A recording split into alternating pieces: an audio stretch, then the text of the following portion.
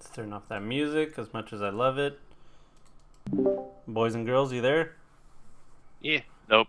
Nope, they're not there. Hey, what's up, everybody? Welcome to our Cyberpunk session.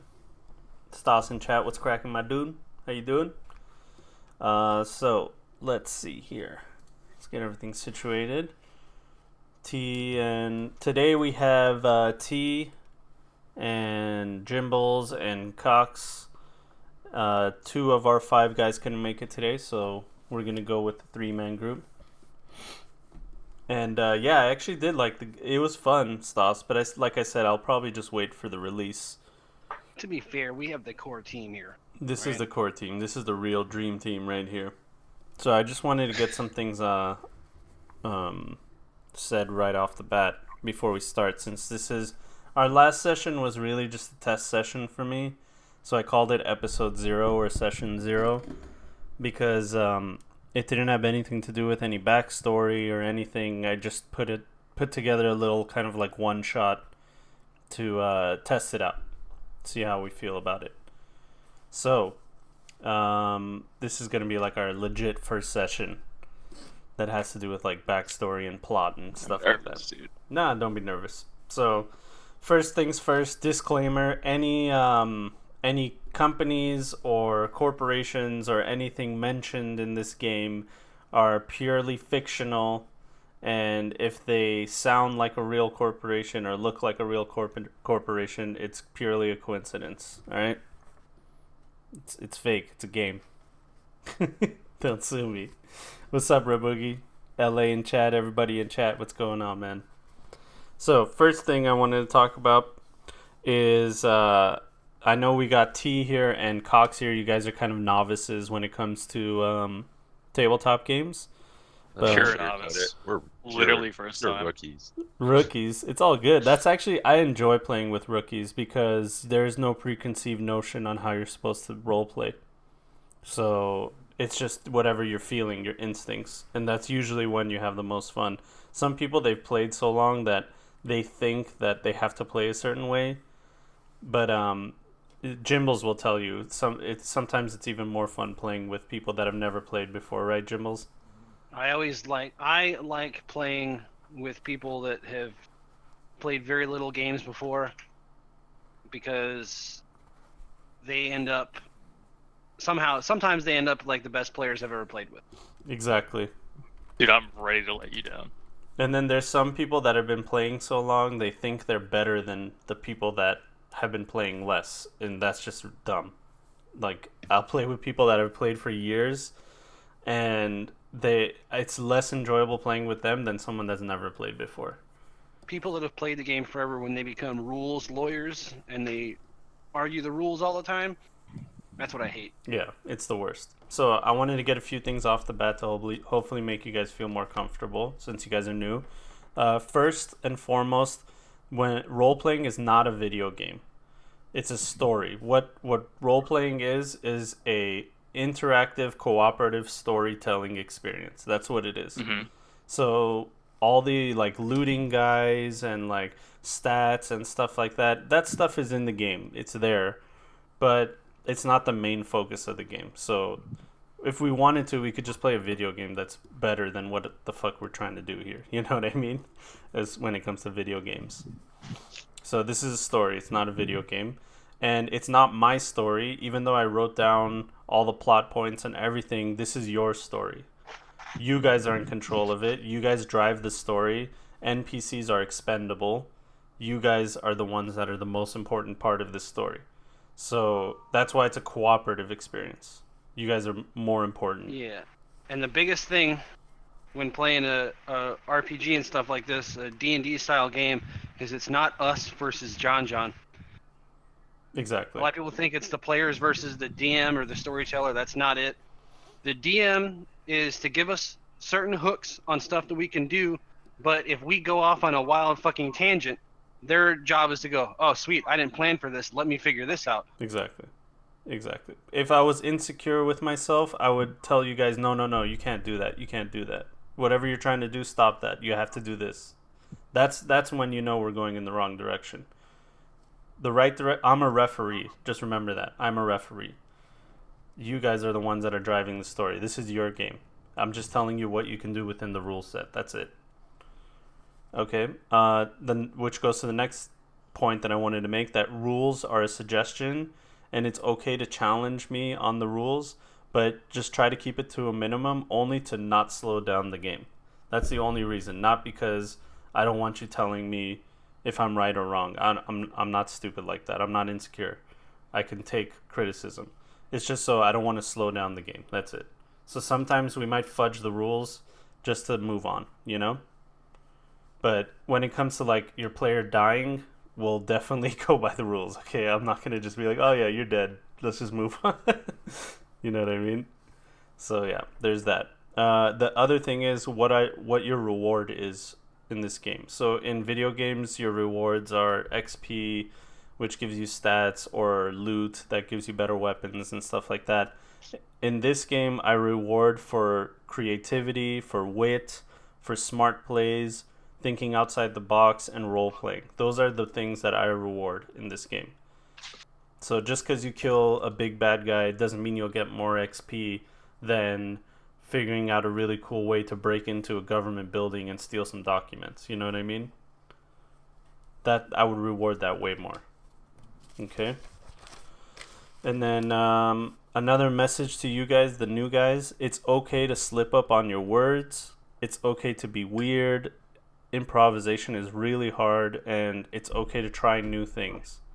So I don't want you guys to feel like, oh, I don't know what to say. Because sometimes, like, let's say I make a D&D character. He's a wizard, all right? And he's grown up in a noble family and has gone to, like, 4 different universities, and he has, like, 4 different degrees.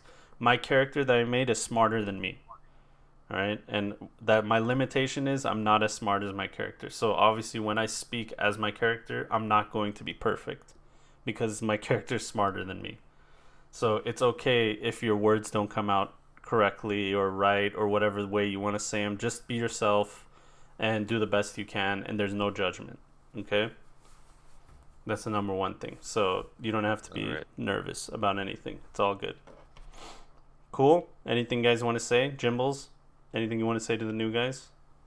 No, just have fun. That's all it's about, really. Exactly. And there's your experience right now with the dungeon master or referee. With me is I'm coming at this with zero ego or anything like that. I'm not trying to kill the party. I'm not trying to tell my story to stroke my own ego. I'm trying to make sure that we all have fun. So this experience that you guys are going to have is the right way you're supposed to do it, in my opinion. There, you might play with some other people where this kind of stuff doesn't happen. At least you can figure it out, like, oh, okay, this dungeon master just wants to stroke his own ego. If his NPCs are the heroes, then you're doing it wrong. You guys are the heroes. If you were ever in a game where the dungeon master brings in a DM PC and he is so powerful that he constantly saves the party, just fucking leave. Just leave, dude. Don't waste your time, because that's just like the beginning of the end right there, man. So yeah, anyway, that's that. Alright, so first things first. And have fun or leave. Oh yeah, that's the last thing I want to say. If you're not having fun, just leave, and no one's gonna get hurt, because the whole point is to have fun, and you should always think about that in the future. So introduction, where are we, ladies and gentlemen? First I want to show you guys this little thing. This is our players. We got Jimblesaurus, who is Patrick O'Hannigan, an ex-Night City detective, now a private eye. Cox Johnson is Richard Dick Johnson. He's an ex-Arasaka Security Force, now runs his own company, the Edge Runner Escort Company. And then we got T with us today. Turin Jones, a young rocker boy trying to find fame, recognition, and his purpose in the world. And when I mean young, I mean he's the youngest one from the group. And the Edge Runner Escort Company, as you can see from their little business card kind of thing going on right here, they just try to make money. They just try to do work in Night City, dangerous work that usually requires gunfire, and the players are a part of this group. So they are just co-workers in this. Dick Johnson created this company, and he hired the players to be his co-workers / employees in this whole mess that is Night City. So there's that. Because that's a business card that is somehow solid, but also a hologram, because that's cyberpunk as fuck. See, I want to leave that to you, Cox, how you want the business card to look. What do you think it looks like? Pretty old school. Probably just a regular, like, brushed aluminum type deal. Ooh. Very plain. Get people in with nostalgia because it's an analog business card. Yeah. I like it. Yeah. Yeah, exactly. They'll be like, "Oh shit, haven't seen these in a while," you know, because everything is usually a digital business card or something like that. Mm-hmm. That's the thing of the future. All right, so our story takes place right now in the Upper East Side, which is right here on the map.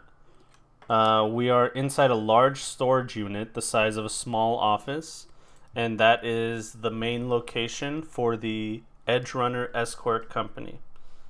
Richard Dick Johnson, a few years ago, bought this storage unit on the cheap, and even though you're not supposed to have an office in here, he just made do with what he can.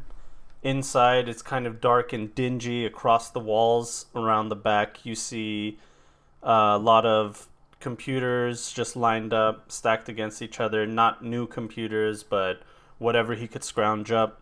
There's a couch, a dingy old couch that's a leather sofa sectional kind of thing, and a vintage flat screen TV against the wall. And inside, Turin Jones and Patrick O'Hannigan are sitting on the couch while Richard Dick Johnson is looking over some paperwork and stuff. In the middle of the storage unit is like this kind of table that's like an island, and that's used for planning and, you know, whatever they need to do. So it's not much as far as space. It's not much as far as equipment. There is a little storage locker also there that has all of the ammunition that you guys need. We'll decide how much ammunition you guys have and stuff like that in a little bit. But the setting is Dick Johnson called you guys here. Also with you is Darian. He was there on the first episode. He was the driver. How's he doing? He's doing well. How's his wounds healing? I'm doing all right, boys. Healed up pretty good. Thanks to Anthony. He did some good triage work at the moment, but I'll heal and I'll be back out there. That's good. Every man we can get. Yeah, I appreciate it, boss. So he's fine. Darian's with you guys. You guys are sitting there. Dick Johnson calls you guys to the office because he wanted to talk to you guys, have a little huddle, a little group meeting. And while you guys are at the office, you guys are watching TV, and on comes a news bulletin. All right. Violence in the Night City streets. Hello, I'm Marco Rivero with Fox News. Top story today.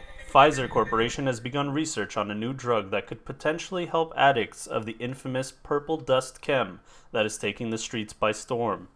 3 years ago today, the first few cases of dusts were discovered, when users of the drug were found dead at the many nightclubs and hangouts made famous with the drug. Today, the death toll begins to rise as gang activity and violence takes lives over the acquisition and sale of the dust. And what you see on TV is cell phone footage. And on the footage, you'll see some familiar people. It's on YouTube. It's showing you guys fighting in the streets of the med center, shooting your guns off, and the guys that you shot in the first episode or the early episode that we did. So that's what you guys are seeing. Any comment? Any concern? Man, these corporations blame everything on drugs, but it's really their product that caused all that. And Darian's Go ahead. What the fuck y'all are doing on a goddamn news feed? Darian starts rubbing his head. He's like, this might be bad, boys. Well, we haven't been arrested yet. Thank fucking Christ you haven't. I mean, look, boss, we don't. It's not like we have a logo out there or anything. Nobody knows who it is. So, I mean, we could be anybody. Yeah, but your faces are plastered all over the goddamn news. Yeah. Well, Well, I don't think the footage plastered our face everywhere. Did it get close-ups of us? This is me asking out of character. Not really. It's kind of shaky cam footage from people that were locked up in their. They were barricaded inside their stores and stuff like that. They just busted out their cell phones to record what was going on. You guys know from player knowledge that the med center is usually heavily guarded. So for there to be like a full-on firefight, you guys noticed when you were there. Just a little recap for you guys. You noticed that the streets were empty and everybody was locked up and barricaded before the gunfight even happened. So it kind of shows you guys that something fishy was going on from the beginning. All right. Well, my guy doesn't know this, so I'm gonna ask O'Hannigan what the fuck happened. And No, give we me- would have like, we would have told dude, you. what- We would have told you about the last mission. Yeah, but I've been on vacation, dude, so I wasn't talking to you guys at all. What was the corporation, John, that gave us the job last time? Google Cybernetics, right? Exactly. Yeah, it was. I sent you Good. out. I sent you guys out on a Google job. You sent me out. You sent us out there to go help Google Cybernetics. They pulled some kind of test switcheroo thing. They hired us and some really shitty booster gang. They told us we were delivering high quality cybernetics. They gave us the empty box. They gave the booster gang the good box. And then, so when the booster gang obviously ripped the box open and saw that there were cybernetics in there, they thought we had another box too. They were going to rob us and try to flip all the parts for profits. Well, Google Cybernetics was happy we followed the rules of the contract and didn't open up the box. And then we got attacked. I wouldn't even say attacked. We got ambushed by these guys, but other than Darius taking a bad hit, we kind of wrecked them. And then we took the cybernetics, delivered them to where we're gonna go, got paid, and that's it. It was a cut clean job, boss. I'm telling you. It was just weird. So you're in the All we have weirdest to do part is of wait. the weirdest part about it is I wasn't weirded out by the corporation pulling that old shady switcheroo bullshit like they always do. But we were in the medical center and the streets were bare. Everything was barricaded and there was no security. So that kind of threw me off. It's fishy. Yes, I think we were set up for this. You know, knowing Pfizer, they're probably using this as a way to boost their sales on their shit. Because, you know, Pfizer's a... Yeah. I agree with that. Darian And Darian said Guarantee that's not the last we hear of them.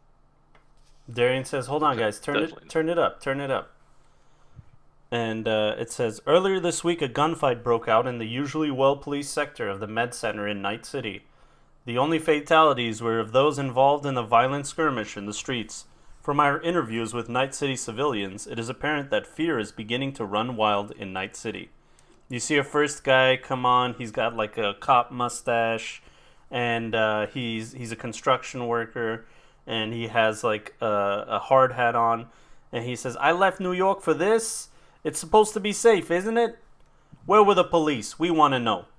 It cuts to a woman who is wearing Gucci from head to toe, very well dressed, very in fashion, obviously affluent, and she says, "I have never in my 10 years in Night City ever witnessed such violence in the medical center. It is a miracle no one important died." And then you see another familiar face for Patrick O'Hannigan, Police Chief Bronson. If you look through his backstory, he's the police chief at the time when you were a cop. And he says, "We would like to assure the citizens of Night City that we are working diligently to keep the city streets safe. We will continue to do so. Our preliminary reports confirm our suspicions that the famous street drug Purple Dust was involved with the shooting. All suspects involved have been apprehended, and Night City can rest assured that we will work hard to earn the trust of the people. Thank you. I'm Marco Rivera with Fox News. Stay safe, Night City." And then it just goes to an infomercial. Darian looks up and he goes, "Purple chem my ass." There was no purple chems there. I knew this was going to happen. They're just using all this bullshit to rush their own agenda. I don't remember. I gotta check my backstory to see if I don't think I'm I don't think I'm on good terms with Chief Bronson. No, definitely not. From what I remember. And it's obvious that, something's going on. He said all the suspects were apprehended. Mm-hmm. Corporate fear mongering at its finest. So Darian looks over to Patrick and he says, "Listen, you were a cop, right? What does this mean? Does this mean that we're in trouble, or what's going on, man?" No, this means that this corporation is using our little scuffle to use it towards a bigger agenda that they have. They don't care about us. They're just using this public assault. They're just using this public event as a way to fearmonger amongst the citizens. They're trying to push some drug. I'm gonna reach out to the guy the guy in my backstory, Okay. the one that left Pfizer when he found out some stuff. I'm gonna reach out to him to see if he's heard anything. I'm just gonna send him a message real quick. Okay. So what's your text message? I'm just gonna send him a message. I'm like, "Did you watch the news?" Okay. And I'm gonna wait for him to respond back. Sure. You don't get an immediate response. Right. Yeah. All right. You know a guy in Pfizer? I know a guy that was in Pfizer. Long story. All right. Well, boss, what did you bring us here for?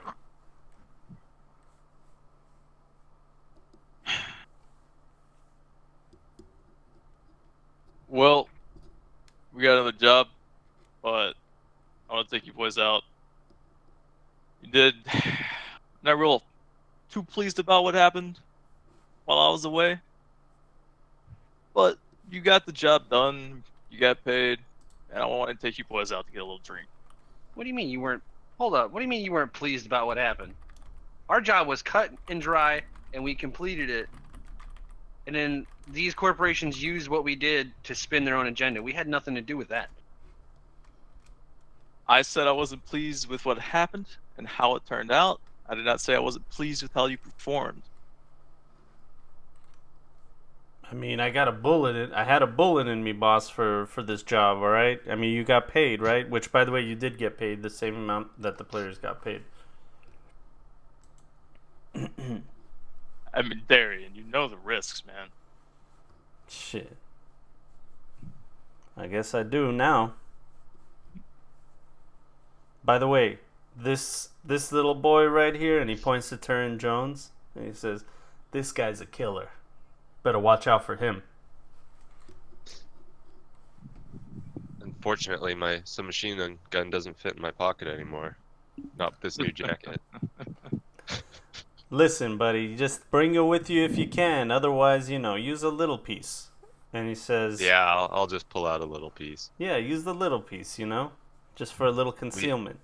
We got to be a lot more discreet now, guys, in case somebody recognizes us.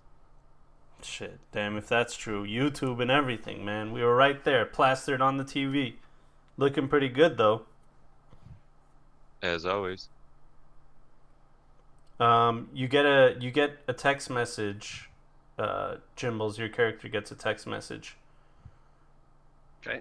When you check the text message, it's actually from Anthony Giovanni, Brian's character, who's not here right now, and he lets you know, "Hey, buddy, spoke to my family, and they want to meet you guys at the Falcone building, especially you in the North Side District, as soon as possible. This is very important." And when Brian's character is from the mob. Yeah. He's from the Moretti crime family. He was adopted by the mob when he was a kid.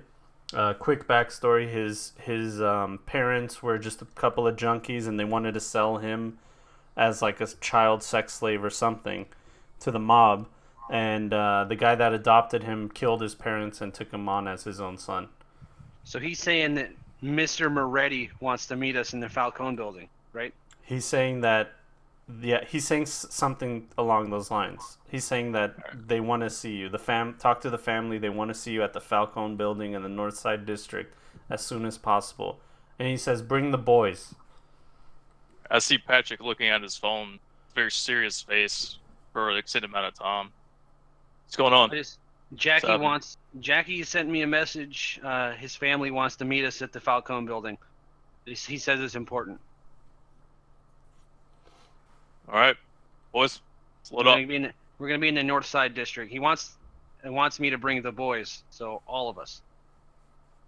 All right, let's load up. You get another text message, Jimbles. This is from your contact at Pfizer. He tells you can't talk right now, not secure. Yep. I'll just say something like, "Yep, got it." And that's all you see. Okay. Now, the Falcone, the North Side District is right here on the map. And let me see, do I have any other? No, we're fine. Okay. So the North Side District is right there. And if anybody wants to roll me a Streetwise, I can tell you a little bit about the building. Patrick, Man, I don't know that area very well. Yeah. I'm trying to find out where it's at. Patrick There it is. O'Hannigan, I'm going to give you a +3 because it's mob related. So as being an ex-detective, you probably know more about the mob than anybody in the room. That didn't Where work. is Streetwise? No, I don't know why I didn't add it. So 1d10. It should be 6. Just not showing up. So It's 1d10 +6 +7 +3. It's so weird. It bugged out. Just do it again. +3.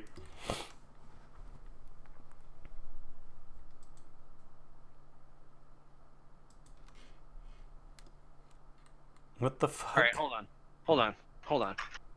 R.I.P. Thank you, Roll20.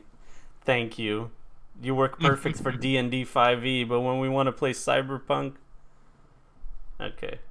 So you rolled the 12? Yeah. Okay. So you vaguely remember the Falcone building, and you know that And it's I'm supposed to add my ranks in there too, right? Yeah, you have to add your Right. Streetwise plus your... So plus another 6, so 18. Yeah, okay, then you're fine. So, you know it's a massive and very intimidating structure that holds some 36 smaller establishments concentrating on manufacturing and distribution. And it's also been held, it's been a place where the mob has held emergency meetings. So where they get all the crime families together and have an emergency meeting. The only times that they've ever used it was for their wars against the corporations, to join together and band together and try to figure out a way to stay afloat. So this must be really important if you guys are meeting there. Especially, I'll mention something along the lines of, if the mob's bringing us into the Falcone building, they might need something. Whoa. Prepared. Darian says, wait a minute. What the fuck did you get yourself into, Patrick? What does the mob want to do with you and us? It's Jackie. Jackie, that's his family, and they probably need us for something. You think Jackie's there in trouble? No, that's Jackie's family. These are Jackie's people. We're going to meet Jackie's people. All right. Look, I'm bringing my gun. Well, I mean, obviously, it is the mafia. Yeah, I recommend we all bring our weapons. We never know. And Jackie isn't with us right now. I don't know where the fuck Jackie is, so this might... I- I'm a little skeptical about what's going on. Darian says, all right, boss, wait a minute. So you don't know if you trust the guy that you employed, and we're about to walk into a death trap. I trust Jackie. Okay. I don't trust his family members. They haven't earned it yet. Jackie's family trusts Jackie. All right. All right, We haven't done anything to upset his family. We haven't caused any problems in Little Italy. That's what they care about. Mm-hmm. So. Yeah, and as you guys can see, the North Side District is bordering on Little Italy. So a lot of the manufacturing and stuff that goes in there probably has to do with Little Italy, as they have control around that area. They probably just want to talk to me, primarily about some things that happened to me before in Little Italy. So. Okay. Some things that happened before in Little Italy. Okay, so we're all gonna get killed because of Patrick. That's what it sounds like. No, it's nothing against the mafia in Little Italy. Trust me. Listen, if I get killed, I'll kill you. All right. Look, man, How are you gonna do that? you got shot full auto from an assault rifle, and you're still here. I don't think anybody's gonna be able to kill you. You're a hard motherfucker, all right? You got shot in the head, and you lived. Okay. Shit. Damn right. He says as he like adjusts his coat. And I heard Jackie did a hell of a job patching your ass up. I mean, I still look pretty. All right. Well, we gotta go. All right, let's roll out. You driving, boss, or am I driving? You do it this time. All right, sounds good. So you guys hop in your EEC Jeep. You hop in your EEMC Jeep that is right here. That's what it looks like. I'd like to think that it's not open cover like that, though. Oh, definitely not. No, it's hard top. The LMG that's attached to it is actually hidden in the dash. You have to pull it out. So as you're driving around, it wouldn't look like you have any kind of weaponry on it. Yeah. I do want to leave it open for you guys that there is a chance for you guys to upgrade this thing and, add cool things to it. So if you ever think of something creative in the future and you want to do it, you guys can do it. Actually, Rage Dick Giant should be able to do it with his character. So there's Needs that. more LEDs. Yeah, LED, bottom LEDs. It needs a wing like those fucking rice rockets. Yeah. And a nice speaker set. That's what it needs. It needs some speakers, dude. Yeah. Somehow, even though it's a hover Jeep, it still needs hydraulics. Okay. I was just I writing. mean, you can just put some you can just mess with the input and output of the hydraulics, or not the hydraulics, but the jets that propulse them. Yeah, I know. You can still make it bounce. Okay, as you guys are driving, let's see here. The city center is not. There's not much traffic. There's not much traffic getting to the city center or through the city center to the North Side District. For the most part, you don't see anything that crazy as you're driving around. It's a normal Cyberpunk stuff. It is in the middle of the day. You see city scum, which are like the normal people that don't really. They're like the in between homeless and having a home. There's like there's an in between. When we get in the North Side District, I'll shoot Jackie a text message saying we're close. He's gonna respond shortly after telling you I'm not there. Oh. But don't worry, you're not in trouble. That's what he writes, and he puts a smiley face. I'll be like, who are we here to meet? Who are we looking for? What name? Give me a name. And he writes in all caps, everyone. Oh. And he writes, talk to you later. Got some coals in the fire. I'll be right back.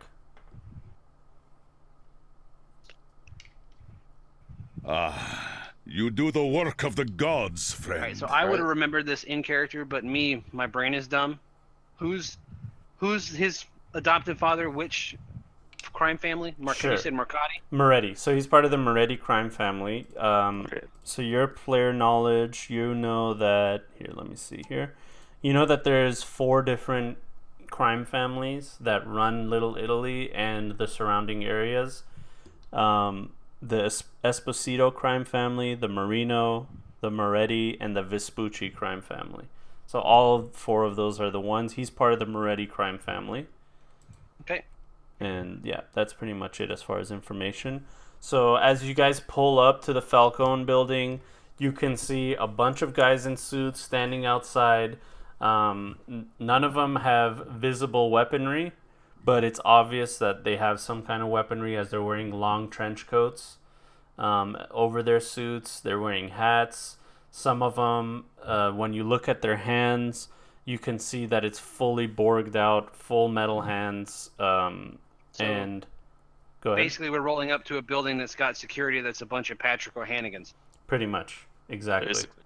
Exactly. To the nines. To the nines. As you're pulling up, you can, just by eyeing some of them, they're not even trying to hide it, you can see some of them have full Borg modifications, which means from the neck down, they're a robot. Pretty much. So these are heavy duty guys. Heavy duty guys. Now, as you guys pull up, one of the security guards in the front comes up to the driver's side door, and he says, he looks at you guys and he says, "Can I help you folks?" I'm gonna look at him and I'm gonna say, "Jackie sent us, asked us to come here. My name is Patrick O'Hanigan. We're here to see Mr. Marcotti, we're here to see the head of Marcotti family, Moretti. Moretti family." No worries. And it's okay if you guys mispronounce it. I wouldn't expect you to remember it. So he says, "All right, just give me 1 second, boss." And he touches his ear like an earpiece, and he asks a few questions a little bit further away from you guys. He comes back and he says, "Where are you guys from? What organization?" We'll just hand him one of the business cards. He looks at it. He's like confused, and he looks at it and goes. He turns to one of the other guys and goes, "Take a look at this." And then they just have a little chuckle, and he goes, "All right, Edge Runner Escort Company. Yeah, I got it. Okay, yeah, just leave your car right here. I'll park it around back for you, and you boys have a good time. All right, stay safe." So he opens your car door, opens Darian's car door, and as Darian gets out, he goes, "Don't scuff it up, right, boss? I like this ride." Yeah, you got it. And the guy ignores him. Gets into the car and he drives off. In front of you is this massive, tall building, skyscraper style. Now, in the future, the way things work is the ventilation and stuff like that, it's top notch. It's new technology. So you can actually have a factory inside of a building. You don't have to have it be a big ass warehouse where it has its own ventilation system and smokestacks and blah, blah, blah. With the new technology that we have, you can stack them and be way more efficient and have them in this giant fucking facility. And that's what this building is. It's just a bunch of factories and manufacturers and stuff like that all in there. So you can expect all kinds of stuff coming out of there. Anything that makes money that isn't drugs, because if there's anything that Patrick O'Hanigan knows, is the mob doesn't deal with drugs. Yep. At least, no, they don't deal with drugs. They do anything but drugs. Gambling, whoring, cybernetics, fraud, all that stuff, they'll deal with that. But they don't do drugs. It's just it's just a thing that they don't do. So there's all kinds of manufacturing going in there. Yeah. As we're walking through the hallways and stuff, I'm letting Patrick take point, and I'm bringing up the rear. You guys are flanked by security guards. They're escorting you the entire time. You guys get to a doorway, and there's more security there. One of them is a shorter guy, doesn't look like he's armed, and he looks at all of you guys, and he says, "Weapons, please." And he's holding like pieces of paper in his hand. I surrender my weapon. He says, I don't want to mess with these guys. He says, "Thank you, sir," and he gives you a ticket. He rips off a ticket. He puts it around your weapon, and he passes it to one of the guards, and he gives you the other side of the ticket. I pull my Colt out by the barrel and hand it to the guy. Grip towards him. And he says, "I appreciate that. Thank you very much." Gives you a ticket. Darian. I'll do the same, but I will take the ammo. No, I'll leave the ammo in mine. I'll just pull it out and hand it to him. He says, "Thank you." Gives you a ticket. Let me just update the notes here.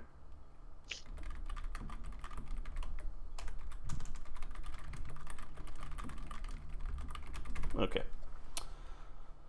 So they take your weapons. After each one of you, one by one, all your weapons are taken. A guard asks you guys, is there any other weapons we should know about, fellas? No. Nope. All right, just keep it No, we civil. can't afford fancy body mods like you guys. And he laughs and he says, I can't afford it either. Good thing my boss can. You know what I mean? So Sounds like a good gig. as you guys walk in, he opens the door for you guys, and you guys walk in, and all the buildings inside the building, you're on the first floor. There's an elevator that takes you to the top, to any floor that you need to go to. You can see some of the businesses doing the things that they're doing around you. The windows are all blacked out though, so you can't see inside. It's very private. The only way you would get inside is by opening the door and just walking in, but you can't see anything really from the outside.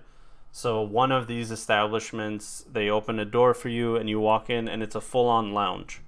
There's a bar, there's purple lighting with white couches, and the bar is fully stocked. Behind the bar there is no bartender. It's just a robotic arm that is voice activated, and it makes drinks for you and serves you guys. Inside you'll see a vast array of people. Some of them are just look like the regular security type. Some of them look like they're important people. They're just mingling with each other, relaxing. The feeling inside is kind of tense, not super tense, but it's a little serious in there. And that's all it is. And as you guys walk in, people look at you, but they don't look twice. I walk straight to the bar and ask for a beer. And then artificial intelligence, you hear over the louds, kind of like a small speaker, say, "We have many beers on tap." And he just starts naming one by one everything that they have. "And we have many beers bottled." And he starts naming them one by one. I'll just take a shiner out of a bottle. Shiner box. "Yes, sir." "Right away." And then you just see him pull a glass from the cupboard, put it down, and then one of his robot arms flips, transforms into like a spigot, and it serves you your beer. "Enjoy your alcoholic beverage. Please do not drink and drive." Meh.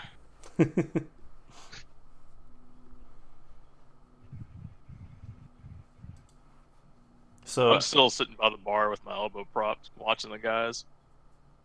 yeah, you see a bunch of people there. You see a guy. One of them, he's dressed like a pastor, a priest, like a Catholic priest, and next to him are a couple nuns, and they don't look very dangerous at all. They're just sitting there.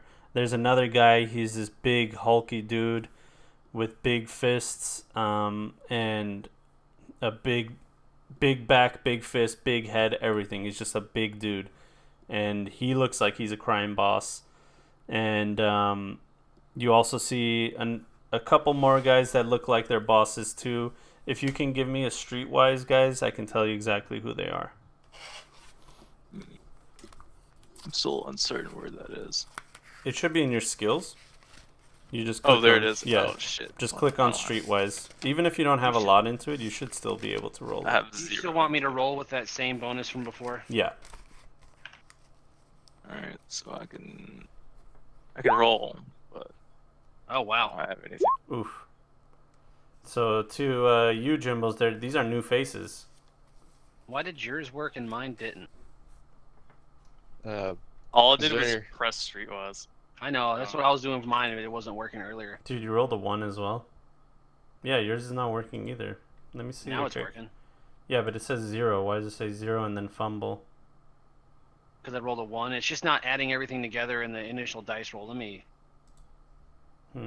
Something weird's happening. So yeah, T, if you want to do that. Do what? Oh yeah, you know what? I forgot. I realized the other day that I fucked up your character sheet. So here, hold on, T. 1 second.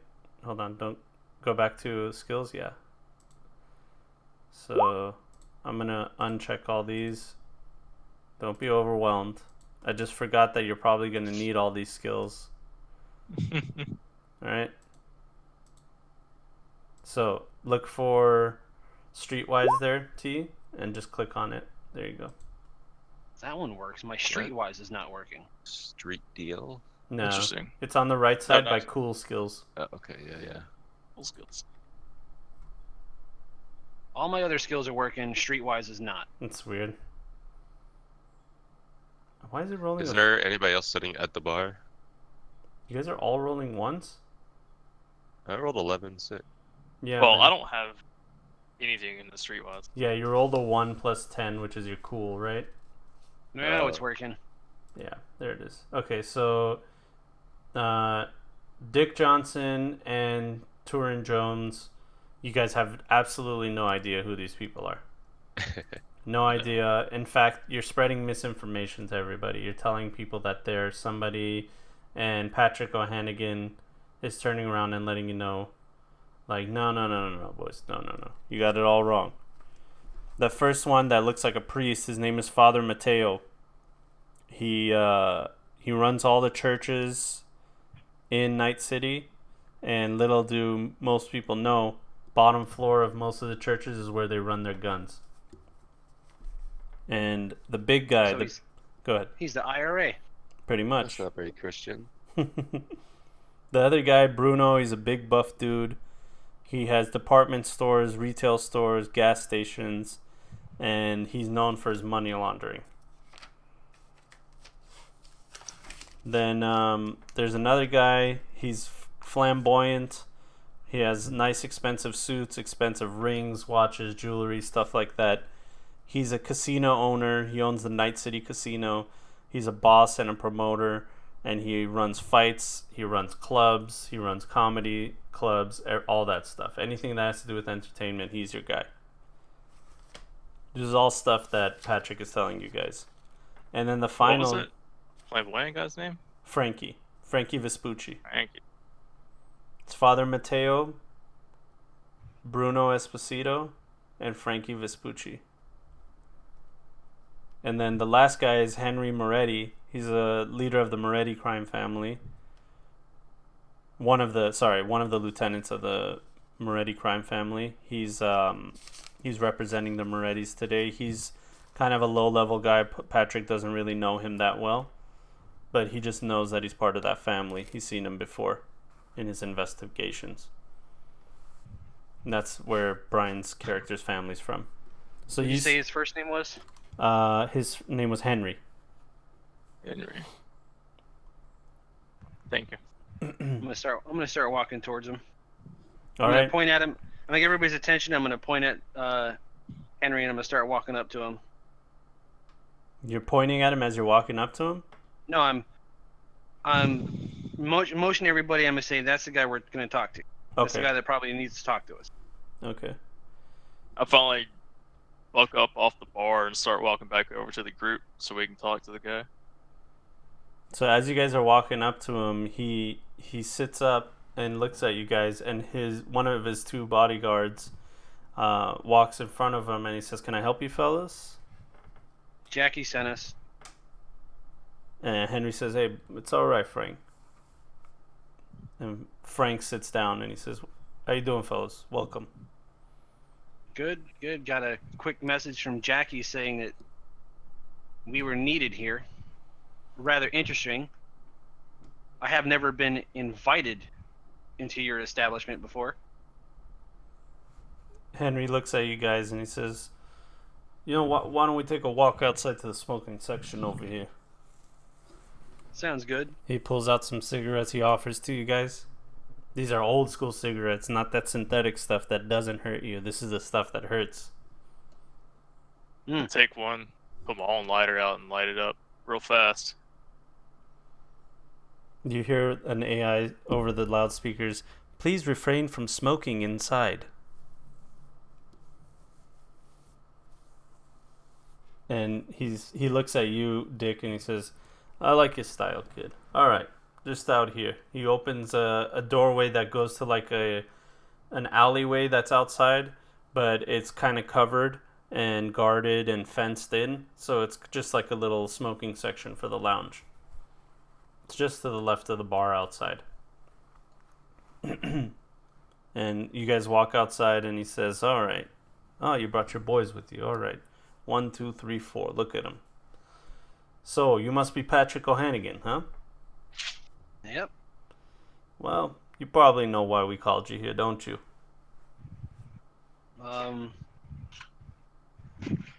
Maybe I have an idea. Yeah, got a good idea. Listen, I talked to Jackie. He's a good kid. All right, we found him off the streets. He says you're a good egg. You know. You're talking about how every time I used to step into Little Italy, some bad shit would happen to me. Yeah. Mm-hmm.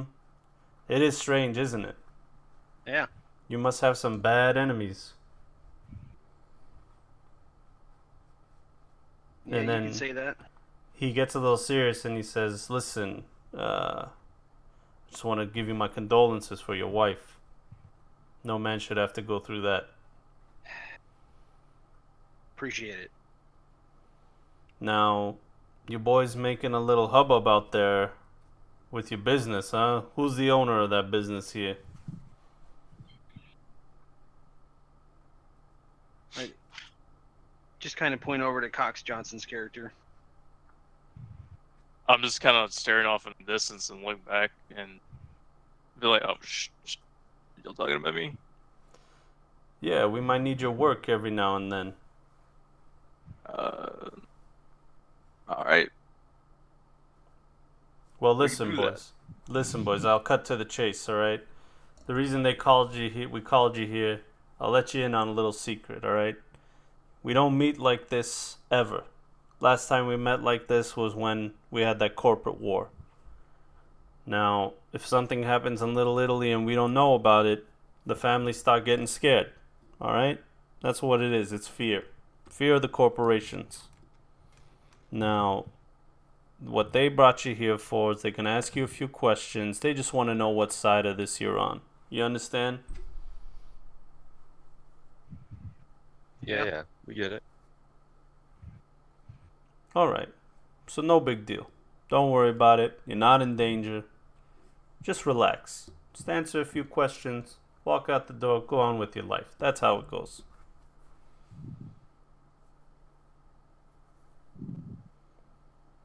Capiche? As long as there's free drinks, ask away. Yeah, drink away. Guys have fun. All right. And he puts out his cigarette, but his boy Frankie's still out there with him. And Frankie says, "I'm gonna finish mine, boss." And Henry says, "Excuse me, fellas," and he walks in the door. And so you guys are outside with Frankie, one of his So guys. I go up with Frankie, lay up smoke beside him, and ask, "So what's this really all about?" He shrugs his shoulders and he says, "Hey, man, I'm just like you. The less I know, the better. That's how they think." And he looks at you and he says, "What do you guys do for a business?" Oh, we're an escort company, best around. You need anything brought safely, you call us. He starts scratching his head. He goes, "Escort company, huh? Well, what else you do other than escorting? You maybe do something else. Help people out with something, a little job here and there."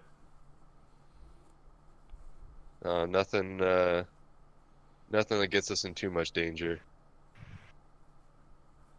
And he looks at like all four of you guys and he says, "Listen, I might have something for you. I don't know if you guys are willing and able, but I got something.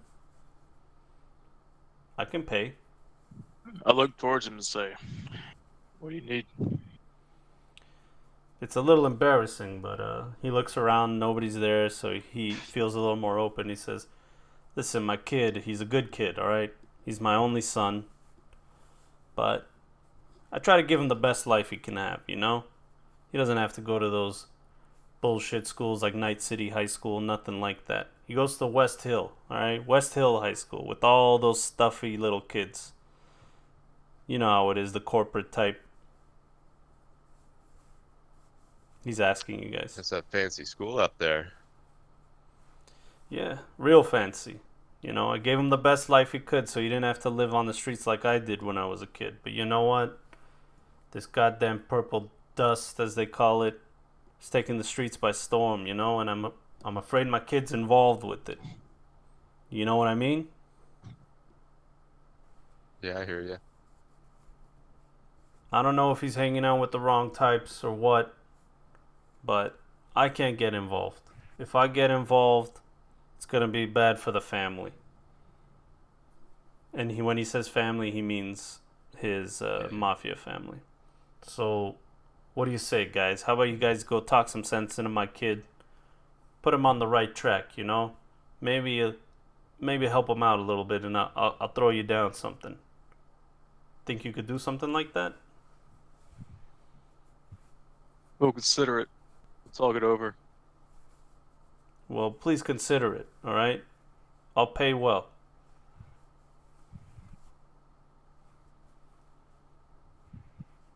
And he's asked for one of your business cards. Can I get one of those business cards? Yeah, we hand him a business card. And we say, we gotta find out what this meeting's all about first before we commit to anything else. Yeah, of course, of course. Now listen, he goes to West Hill High School, all right? If you guys want to talk to him and see him, you know, that's probably where you'll find him. He should be there at least. It's the middle of the day, you know.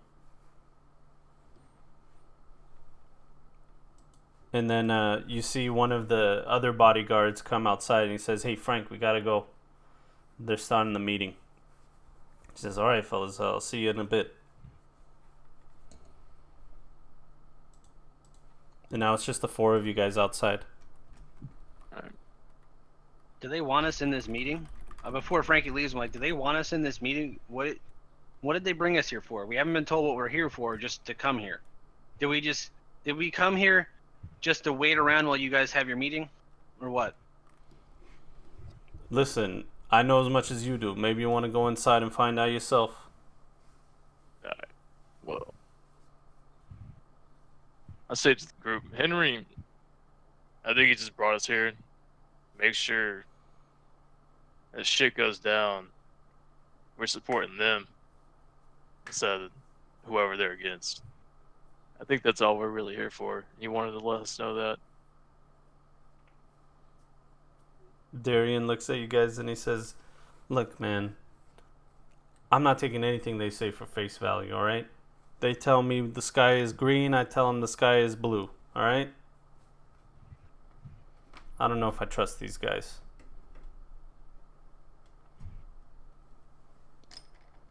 You guys are saying this out. We better see what this meeting's about. I think if the mafia wanted us dead, we'd be dead.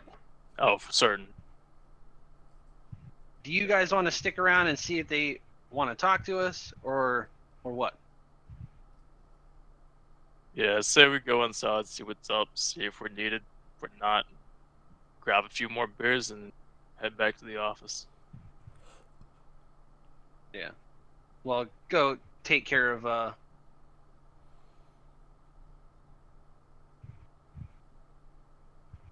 Take take care of the guy's kid. See what's going on with this guy's I mean, do we want to do that? It's this purple dust shit, man. We were already been used once. Y'all were already used once for that. Our company was used once for that. And then Darian pipes up. He goes, "Man, there were no purple dust there. It was Google Cybernet. It was prototype cybernetics. They don't want the world knowing about that. They just picked the most convenient story out there. It's nothing new, boss." Yeah, maybe you're right. But what if you're not? Shit, then we're all dead.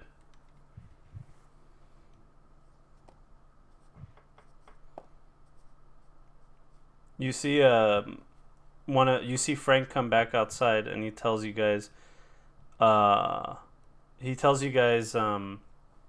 says, "Listen, fellas, they don't want you guys in yet, but why don't you guys just sit in the lounge? They told me to let you know to sit in the lounge and relax until they call you in, okay? The meeting's already started. Have a beer or two."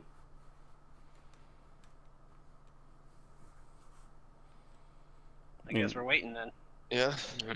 He holds the door open for you guys. Alright, walk in. Thank you, Frank. You guys are back in the lounge. and the lounge is now empty except for Frankie sitting at the bar, and he's just drinking by himself, smoking a synthetic cigarette that is smokeless. Frankie's the bodyguard, right? We were just outside with. Yeah, he's the one that gave you the job. Do I have my guitar arm yet? Nope. Do I have my real guitar? No, you didn't bring it with you. I'm gonna tell everybody to just go kind of chill, just kind of sit around, keep your eyes open. I'm gonna go talk to Frankie for a little bit. Mm-hmm. And while you're walking over there, I'm walking over with you, but I'm just walking up to the AI and asking for a scotch. Right away, sir. And he pours you a little scotch. Would you like it in a small glass or a large glass? Whole bottle. Yes, sir. I would like to inform you that by drinking this entire bottle, you will be intoxicated. If you are intoxicated, driving is not permitted by the laws of Night City. Do you understand these give rights? me the bottle. I'm not gonna drink it all. I just want the fucking bottle. Yes, sir. Your response has been logged. Thank you. And he gives you the bottle. I will walk back over and sit down with Turin. Yo, Turin, you want some of this? Yeah, sure. Alright, pour him a glass. We sit and chill. This is pretty mediocre. It was scotch, right? Yeah. Yeah, pretty mediocre scotch. Not the best you've had. It is made from synthetic materials. This is what they call a hybrid. It's half original stuff, half synthetic stuff. It's better than having full on synthetic, but it's not too bad. All right. That's pretty good stuff. Nah, it's all right. It's nothing like the real stuff, man. Darian grabs the Let me bottle. get It's you a better bottle than I ever had growing up. Darian takes the whole bottle, takes a swig, and puts it down, and he goes, "Ah, you were in the combat zone, weren't you?" Yeah, Yeah. I was. And there's still a lot of people out there. Ah, you want to be a hero, huh, kid? Want to save everybody in the combat zone. That's your thing. I don't want to save everybody. I just want everyone to have a fighting chance. Man.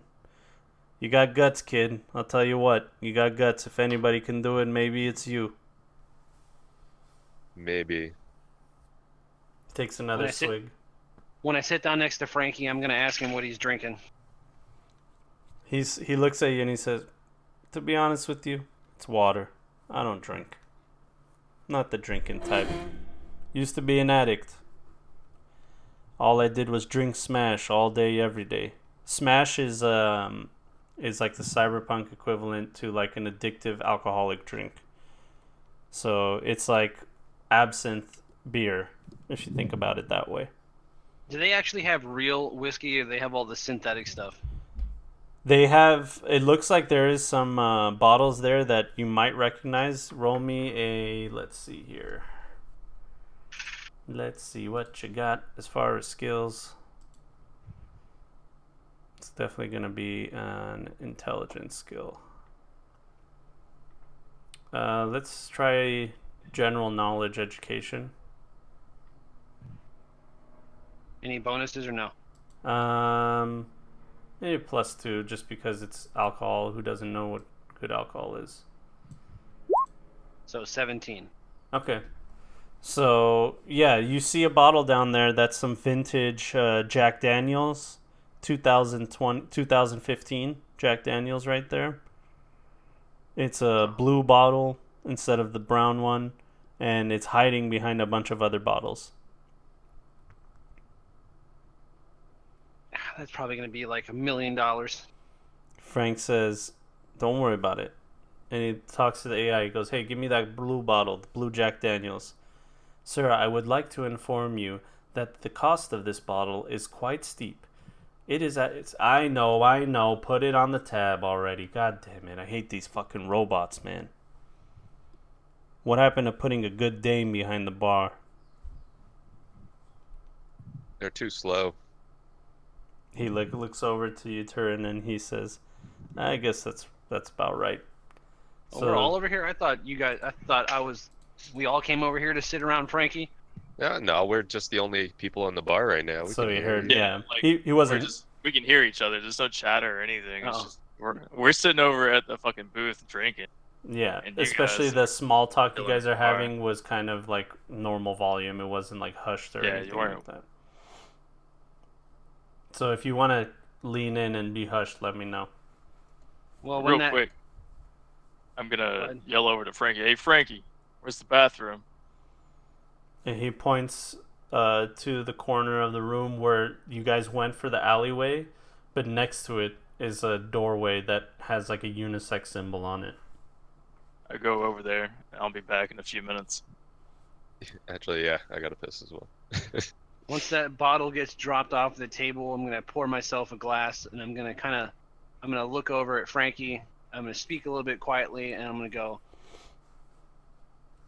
Frankie, what's the real deal going on with your son? I haven't had to deal with you since I tried to bring you in for running numbers. And he looks at you and he goes, "I knew you looked familiar." And he just chuckles. What kind of crowd's your kid running with? And am I gonna have to bust any heads open? Listen, I don't know exactly who he's running with, but he gets a little low and his eyes get a little sad, and he says, "You know, I don't know what it is with my kid. Maybe I wasn't there for him, but he's running with the wrong type. You know, he thinks he's some kind of gang, some kind of booster gang or something. He's just a little kid. He doesn't know shit about shit. All right, he's never had a fight in his life. He's hanging out with these cool kids who he thinks are cool kids." I'm gonna pick up the glass of scotch, and I'm gonna go, do you want me to handle it? And I'm gonna drink the glass of scotch, and then, after doing that, the first one I'm gonna go, or do you want me to handle it? Now he looks at you and he says, "Listen, I don't care what you do, but nothing better happen to my kid. All You're right? not gonna hurt your kid. Hey, stray bullets hurt people, all right?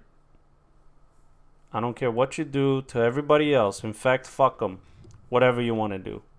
But when it comes to my kid, just make sure he's okay. Make sure he comes out in one piece, and I'm a happy dad." I'm gonna pour myself another glass. I'm gonna put the stopper back on the bottle. Put it back on the bar. I'm gonna stand up. I'm gonna adjust my tie, and I'm gonna shake his hand. So we got a deal. All right, sorry, I'm back. It's all good. Is Cox back? Yeah, come out of the bathroom a couple seconds after turn. You guys come out to see. Adjusting my pants and my jacket. You guys come out to see Frankie and Patrick shaking hands. And he looks You at guys agree on something or not? he looks at you guys and he says, "I just want to thank you fellas for taking this job. You know, it means a lot to me." Oh yeah, the job that we just took, of course. And I look at Patrick. And I'm gonna go sit down in the booth with him. Darian looks at Patrick and he says, "So you're just accepting jobs on our behalf now, aren't you?" Look, I owe Frankie and his family a favor, okay? We're still gonna get paid, but I can't let his kid fall in with the wrong crowd, all right? And he just shakes his head and he goes, "Regular day Superman, we got a Clark Kent over here trying to save the world. You and Turin just make a little Justice League and go clean up the streets of Night City, huh?" Nah, listen, Darian. It'll be good in the long run. I'm doing a small little favor for a guy who works for the Morettis. And he says, Hey, and you gotta start somewhere. Saving the city. he says, "I feel like I'm gonna get shot again, hanging out with you fellas." Hey, man. Happens to everybody. Yeah, hazard pay, huh? Does that exist, boss? No, our fucking current rates. But did you die, though? Look. Yeah. This is why I hired a guy is really fucking good at patching us up, you know? Yeah, good thing he's here. Oh, wait. He'll get to you when he gets back. If Hey, anything, we can just send you to the hospital, you know? if you want to get paid, this is how we do it. You see a door open to the meeting, and Henry Moretti comes out, and he looks at you guys, and he says, "Fellas, you can come on in now." And as you guys walk, do you guys walk in? Yeah, Oh, we'll walk in. Yeah, we'll walk in. Yeah. I'll finish my half a glass of scotch first and stand up and walk with him. All right. He holds the door open for you guys. Frankie stays in the bar. Henry opens the door for you, and there's bodyguards all across the back wall. It's like a big kind of what do they call them? Conference room. It's a conference room with a giant table, chairs along the wall, chairs at the table. The table is already filled with the leaders of the crime family, and it's just 4 guys sitting at the table. All the bodyguards are behind them, either sitting down or standing up. Is it all just the Morettis, or is like the other people? It's- No, it's the four. It's the 4 bosses. Yeah. Okay, the so 4 it's families. Bruno, Mateo, and Frankie.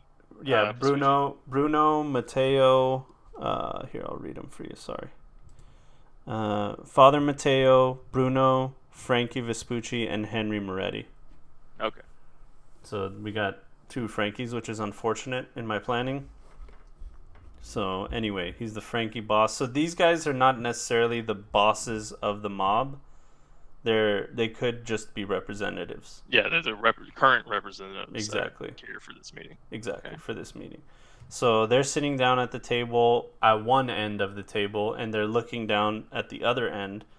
And Henry motions to Turin and Dick and Darian to sit down in the back, away from the table, against the wall, and he says, "Have a seat here, fellas."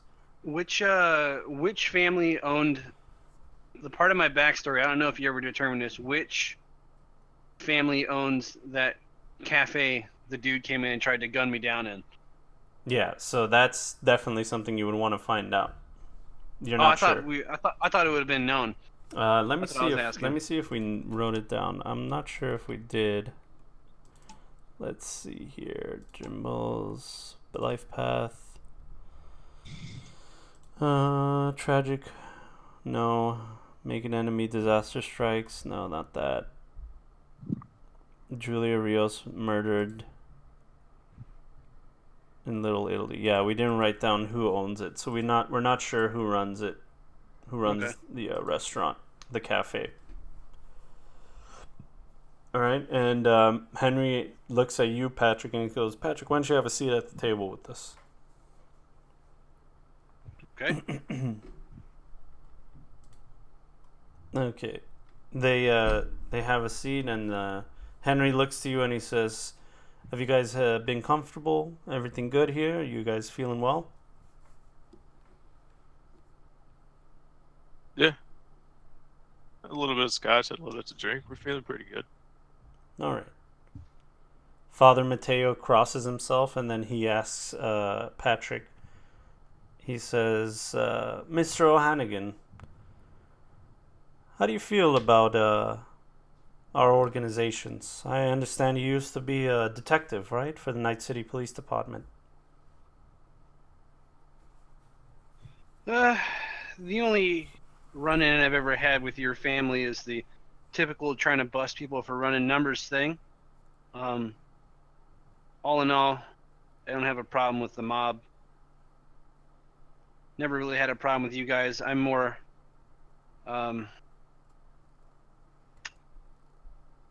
against the corporations. They nod their heads, and then Frankie, the really flamboyant guy with jewelry, he looks at you and he says, "Do you ever take something a little off the top?" No. "Sure." He says, "Sure, kid." But I Sounds good. remember a situation that happened to me in Little Italy when a friend of mine was hopped up out of his mind and tried to gun me down in a cafe. And the Mafia helped me when they didn't need to. And I've appreciated that. And Henry looks at you and he says, "Those are my boys there. They told me that some guy was trying to start trouble in our area. Just a coincidence, if you ask me." Mm. And after a little silence, Bruno, the really strong big guy, now that you're looking at him, it's obvious that there's cybernetics involved to make him as big as he is. He looks at you and he says, "All right, enough of the small talk. All right, let's get to the goddamn point. What the fuck does Pfizer want to do with you, O'Hannigan?"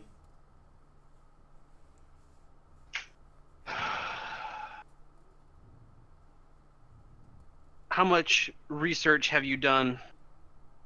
I'm pretty sure you've done your due diligence in your research before I was invited into the Falcone building. I'm pretty sure you know. I'm pretty sure you know that I was kicked off the force for investigating corruption within the police force. And then when he used his corporate connections to get out of what I thought was a airproof case, an airtight case against him, when he got off, I took matters into my own hand because the police are corrupt. And then Henry looks at you and he says, I'll be honest with you, kid. The deputy commissioner that you iced, we were trying to get at him for a long time, but he had his own connections. So he never did business with us. I think you figured that out yourself." I knew you guys were not involved. That's why I've just let you do your own thing. Because everyone in Night City gets screwed over by the corporations. Everyone. And Father Mateo says, "You know, a lot of the Night City police are devout Catholics. They visit my church every now and then. They've had a few choice words for you, boy." Oh? What kind of choice words, Padre? "Oh, you know, you stray away from the pack, as they say. You have your own goals. What do you think about that?"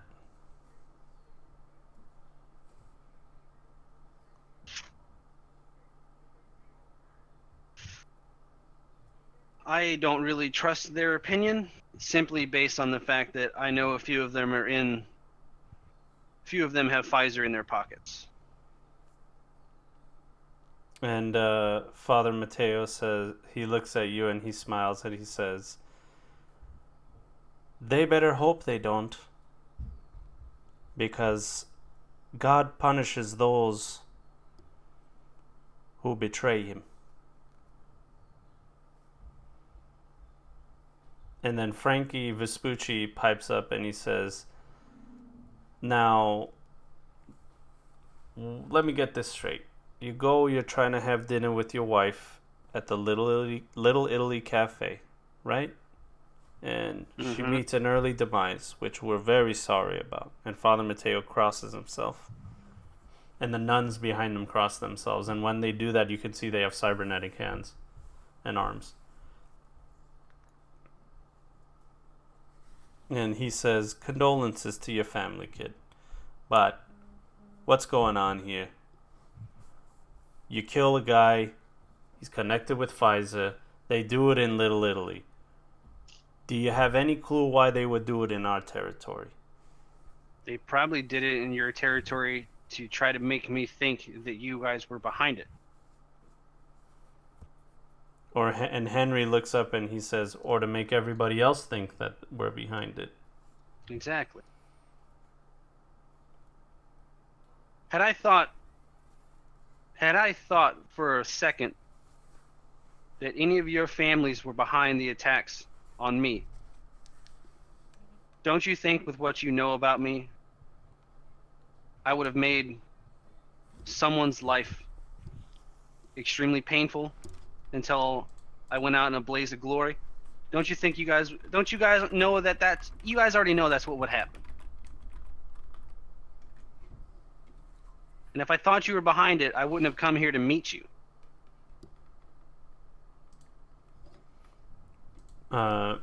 Henry looks at the other mob bosses and he says, he is friends with one of our kind. My boy Jackie told me he's a good egg. And so are his buddies. And he points to Turin and Dick and everybody else in the back. And Father Mateo says, are you a devout Catholic, O'Hannigan? Padre, my name is O'Hannigan. Think about it. No offense. He smiles. It's been a while since I've been to confession, though. He smiles and he says, oh, that's normal there, son.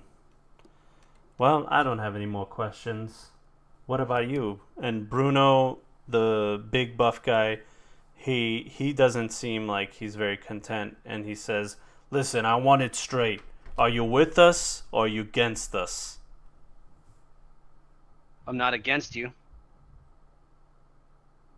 We're not against you. We have mutual acquaintances. I would never do anything to put Jackie or his family in bad standing with your organization. And Henry says, that sounds good to me, with a smile.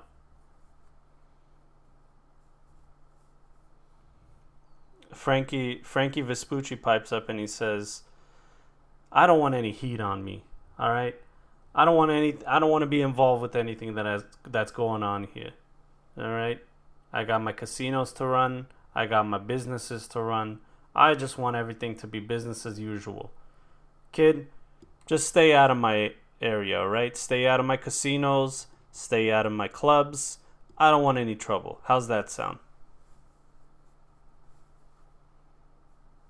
Now, is he saying he just doesn't want me to go in any of his casinos or don't cause any problems on any of his property? It's what he said. So it's your own interpretation what that means. Hey, are you saying you just don't want me in any of your organizations, or you don't want me to cause trouble? Because I won't cause trouble, but every now and then I need to come get a drink. He says, kid, you come to Little Italy, my favorite restaurant blows up. I turn on the news, you're on the news. Yeah, we knew it was you. I'm not surprised. Wherever you go, bullets and bullshit go with you. So just keep them out of my casinos. That's all I'm asking. Okay. Gambling's probably the one vice I don't have. Father Mateo pipes up and he says, Unlike Frankie here, you're always welcome at my church, boy. Thank you, Father. And Henry looks at Bruno and he says, what about you, Bruno? Is he your best friend or what? And Bruno just grunts. I got no further questions.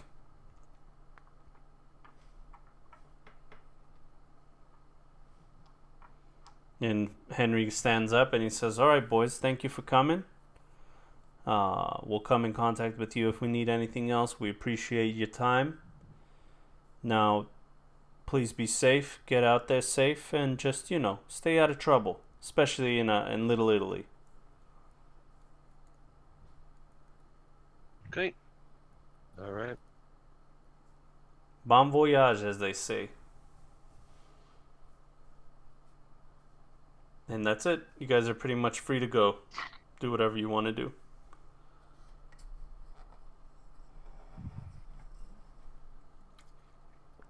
We'll just kind of get up and leave, I guess.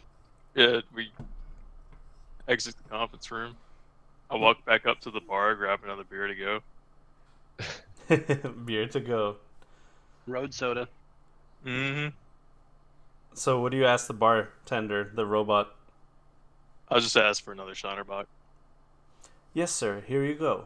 And as you're walking out with the glass, the AI says, It's a bottle. or the bottle, sorry. As you're walking out with the bottle, alcoholic beverages in the open is illegal by penal code, blah, blah, blah, Yeah. blah. And you could just hear the AI drifting off as you're walking out. As you walk outside, security escorts you. They don't say anything. They're not hostile or anything. They escort you to where you can pick up your weapons. And I hope you kept your ticket. Yep. Mm-hmm. All right. The same guy picks up your tickets one by one. He goes out to the back, brings back all your weaponry. He pulls all the bolts back on all your weapons to show you that they're not loaded.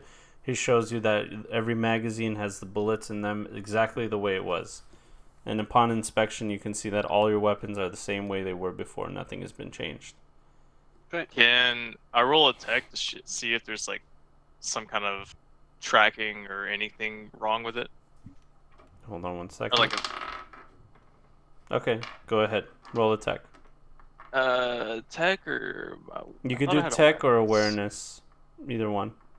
If I do awareness, that would be pretty sweet because it's Well, tech basically- would let you know where they would put the tracking device for it to not be able to be seen by the naked eye and to make Okay. your gun functional. Awareness would let you know if there's something different about your gun. okay. So So tech either and one will help. awareness. Yeah, either you just pick one or the other, whichever one you want. Alright. I'll just roll a tech. All right. You don't see any tracking devices on the gun. You're checking different corners of it and stuff like that. And in fact, the guy looks and he says, "Is there a problem?" Nah. I just really enjoying my gun, man. Okay. And then he pulls out his hand and he does that hand motion like no tip, you know? The tip motion with his fingers.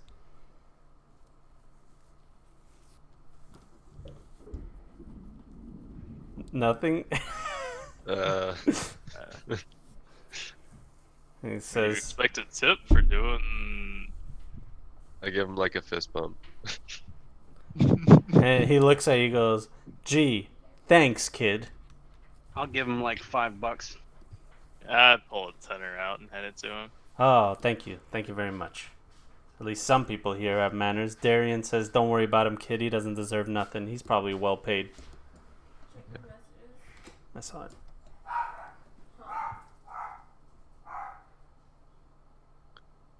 Probably makes more than I do. Probably makes more than all of us put together. Okay, so you guys have a quick conversation with each other because I have to do something real fast. So I want you guys to, as you guys are walking outside, the valet brings your car, and your destination is West Hill High School, which Mhm. is a little bit to the south here if you're looking at the map. Hey, we never decided. After we're done with the session today, John, let's determine where my actual PI office is at. Yeah, We we haven't. never figured that out. We never figured that out. I figured that you would just work out of your apartment or something. Where's the actual awareness? It's under intelligence skills. It's called awareness/notice. Okay, so the way I understood it is that anything from my combat sense goes into awareness. So if I have a 10 in combat sense, I have a 10 in awareness. Only in combat. Only in combat. Only in combat. Oh Yeah. shit. Yeah, that's when you would add that. So combat sense and awareness adds together for your initiative. So you're always first, pretty much. Okay, I did not understand that it was combat only. So I have no awareness outside of combat. Well, you do. What's your stat on? Here, let me take a look at your character sheet real quick. My combat sense is 10. I'm the solo. Yeah, so your combat sense is 10, and then awareness has to do with your reflex, or is it intelligence? Intelligence skills. Okay. Intelligence, awareness. So you didn't put any in awareness. That's fine. See, because the way I understood it and the way I read it was that whatever you have in combat sense, you add to awareness. Yeah, but sometimes you're not in combat, so you don't have to think like a soldier, you know? Awareness is just like, hey, I just noticed that kid stole that candy bar. That combat sense would have nothing to do with that. Unless that kid stole a weapon from like a cop. So you know? apparently I'm just completely oblivious outside of combat. Not true. You have a 7 in intelligence, so when you roll awareness, it adds your intelligence. So D10 plus 7. So the max you can get is a 17. Actually, you could get more than 17, because if you roll a 10, that means you roll another D10. Can I just do a test roll? Yeah, do it. So roll your awareness. Okay. Okay. So 9. I did 10 plus 0 plus 7. Yeah, so you rolled a 2 and you have a 7, so you got a 9. So you most likely wouldn't have noticed something. No, I wouldn't know shit. Yeah. It's the same. It's the same as a tech roll. Average difficulty is 15. That's a average difficulty. Okay. So you want to roll a 9 or higher, or 8 or higher. And you'll be able to... So that just makes it a story, you know? Like your guy was able to be aware of something that he usually wouldn't be aware of. Yeah. Like, I'm going to start beefing up my combat sense when we get some more IP. Yeah. Oh, yeah. Dude, no. Once we get into combat, fucking, like, I'm on it. Oh, you're lightning in combat. That's the whole point. Yeah. Yeah. Just give me one. I'm almost done here. So, you guys just conversate about this whole thing, plan it out, whatever you want to do.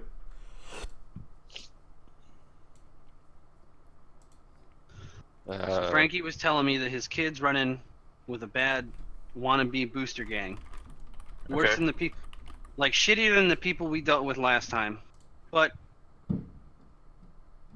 even though Frankie works for the mafia, Frankie's a good guy, right? Yeah, he seemed like a good kid. I had a run-in with him before when I was trying to bring him in for a numbers racket, but I haven't found bigger fish to take care of. He kind of gave me some information. The family gave me some information on a bigger target, and that's what led me to the police corruption and stuff like that. So, if Frankie and the rest of his people wanted us gone, we wouldn't have walked out of that building alive. So we don't need to worry about the mafia coming after us. No, as long as we don't piss them off. Yeah. And if somehow the other three families or one of the other families want to come after us, Jackie's people are going to be the ones to clean that up, because that's going to be an internal thing with the mafia. We don't have to worry about that. And even then, the majority of them would have to vote on it. Yeah. So, Frankie, he seemed like he just doesn't want the trouble. It's understandable. Frankie wants us to handle this. They don't want it. He doesn't want anything to happen to his kid. No, I'm talking about Vespucci. Oh, you're talking about guy. Yeah, I'm talking about the guy. Frankie Vespucci. Yeah, he just wants. He doesn't want me in any of his. He doesn't want me in any of his property. It's like he wants us to do stuff, but he doesn't want to be. He's got plausible. With he's got plausible deniability. Yeah. Father Mateo, I think he likes you a little. Father Mateo, yeah, he's a good Catholic. He's a good Catholic padre. Not 100% about the all he did was he gave a little grunt, and that was about it. He didn't say much. He didn't give any opinions. If Bruno didn't like me, he would have pounded my face in that office. Don't worry. All right, so Darian looks at a text message.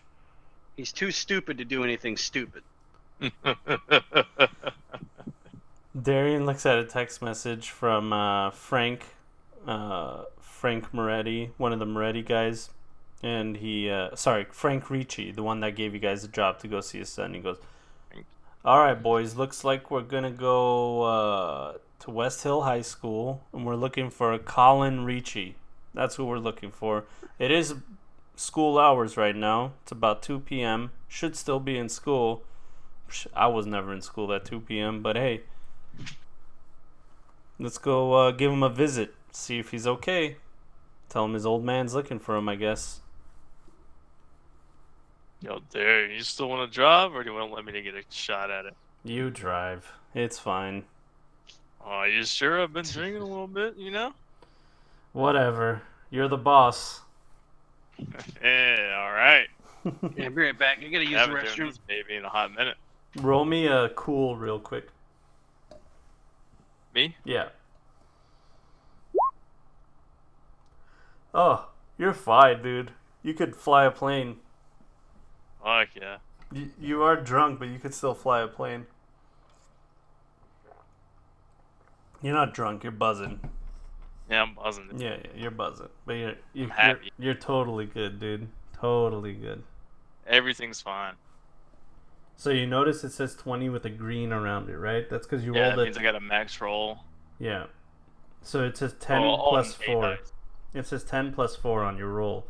That's because you rolled a 10 and it automatically rolled again. Because anytime you roll a 10, you roll again. Well, that's pretty cool. Yeah. So it's a critical success.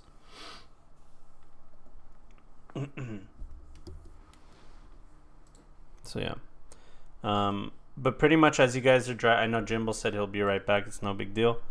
Yeah, Patrick went back in to go take a piss. Yeah. So he goes and he takes a piss while you guys are doing that.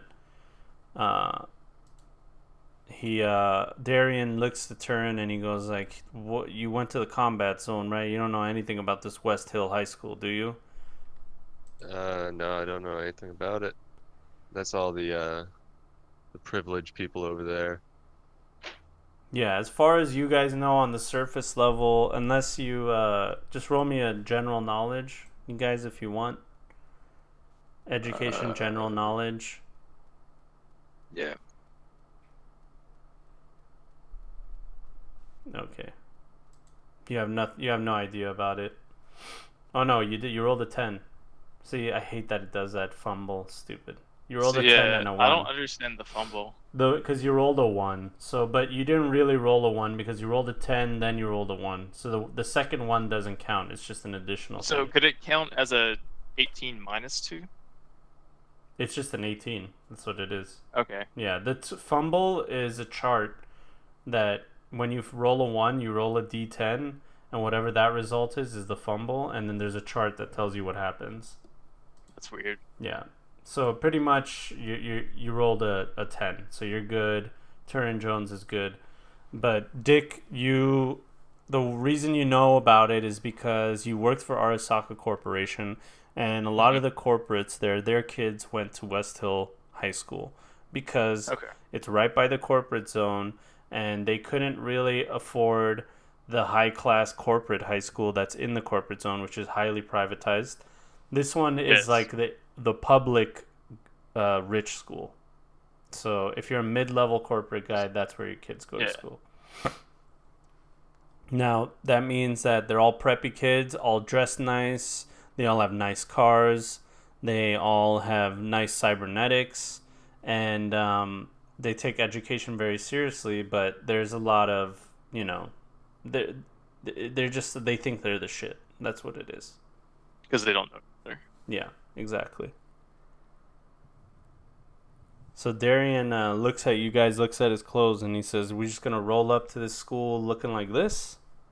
You guys are wearing pretty rugged gear."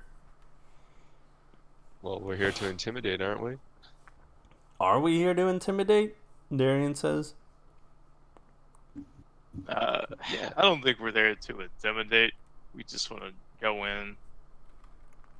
See, kind of there just to talk to Colin and see what's going on with them. Intimidation, if we have to, we do. If not, it's all right. Do y'all want to go get different clothes, or do you want to just roll up in there, get the job done? Want to roll up in there and get it done. Is Patrick back? No? Patrick's not back. And Darian looks at you guys. He looks at his cell phone, and he's like, God, where's this guy? Damn, I come back to. It must have had to take a shit. I did.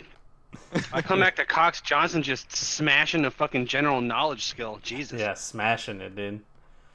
And he says, "All right, finally. Did you wipe? Did you clean? Did you wash your hands?" Yeah, did you wash your hands? Oh, I didn't know I went away in character. I was like, I'll be right back, dudes. I gotta take a shit. Yeah, no, your character took a shit too. Yeah, Patrick went back in to the bathroom. So Yeah. we just been sitting out here in the car waiting on. That's Yeah, I'm good. Okay. So Darian brought up the point that are we just gonna walk in with the clothes that we're wearing, or did we want to go get spruced up walking to Weston? Darian looks at you guys and goes, "I don't know about you guys, but I'm not about to drop $500 on an outfit just to talk to some mob boss rich kid." Yep. There I'm we already go. spoken for. Got a new air guitar arm coming. And you guys know you aren't getting paid enough to do that shit. Darian says, "Speaking of pay, what did that guy say he'll pay us? We didn't even figure that out, did we? Jesus Christ." Oh shit, Patrick, you talked that out with him? Since you're accepting jobs for us now. Actually, out of character, no, I didn't. Nobody did. Darian just shrugs his shoulders. I've done worse for less. Yeah, we all have. What do we got to do? We got to talk to a kid? Yeah, talk to a kid, see, shit, I wasn't there for the conversation. Patrick, what's up? We just gotta find this kid. He's running with the wrong crowd. Probably just gonna bring him back to Frankie. And we have to mess up this wannabe booster gang. We're gonna have to do it. We just can't hurt the kid. On Earth kid, alright. And he looks at Turin and he goes, "That's the leader. Look at him. He's pretty much their age." The leader? Yeah, he points at you and he says, "Yeah, kid. Look, you're their age. You're pretty much a high school kid. How old are you?" I'm whatever age my character is. I think 21. you're 21. I think you're 21. That's basically fresh out of high These school. are high school kids. Come on, I'm not that young. Hey, Yeah, but you look at... they'll never know. Come Do on. I look like they'll listen? Do I look like I fit in with them? Do I really look like I fit in? Put a backpack on you. You're good to go. Come on, let's stop by the store. Get him a backpack real quick or something. Yeah, let's get you a new set of clothes. I'll pay for it. We'll get you a new set of clothes. You'll send you in. You'll look just like them. All right. What's the point though? What do you want me to do once I'm in? And Darian looks at you and he says, "Well, find out where that guy is, this Ricci kid. This Colin Ricci. That's what you're looking for, all right? Just find a way to find them, okay? I don't know what to tell you." All right. Deal? So we stopped by a clothes store. Yeah. Okay. Deal. So on the way just outside of Little Italy, there's like a general shop, like pretty much in the southern part of Little Italy. And the reason I put Cyberpunk 2077 Spooky is because Twitch doesn't have a Cyberpunk 2020 channel, so I have to use the one that's available. Oh, add a character. Hey, Spooky. Yeah, what up, spooks? Anyway, though, yeah, you guys stop by a store. Let's see, the general. It's an average store. Prices are average. It's kind of like the Target of the area. School supplies, stuff like that. It's got it all. And let's see here. It costs about $125 for everything. I'm talking about hat, shoes. What are you wearing, T? What is your guy gonna wear? Remember, he has to blend in like a high school student. I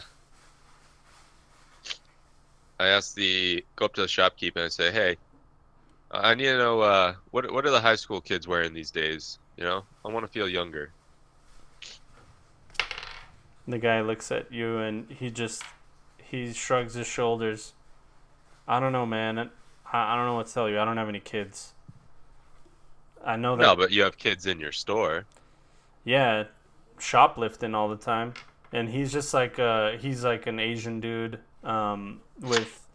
with a t-shirt and jeans on behind the counter. He was on his phone, just messing around on his phone when you guys came in, and he like All right. kind of points with his cell phone in a general aisle. He goes, "I think there's some backpacks over there and some pencils and stuff," and he says,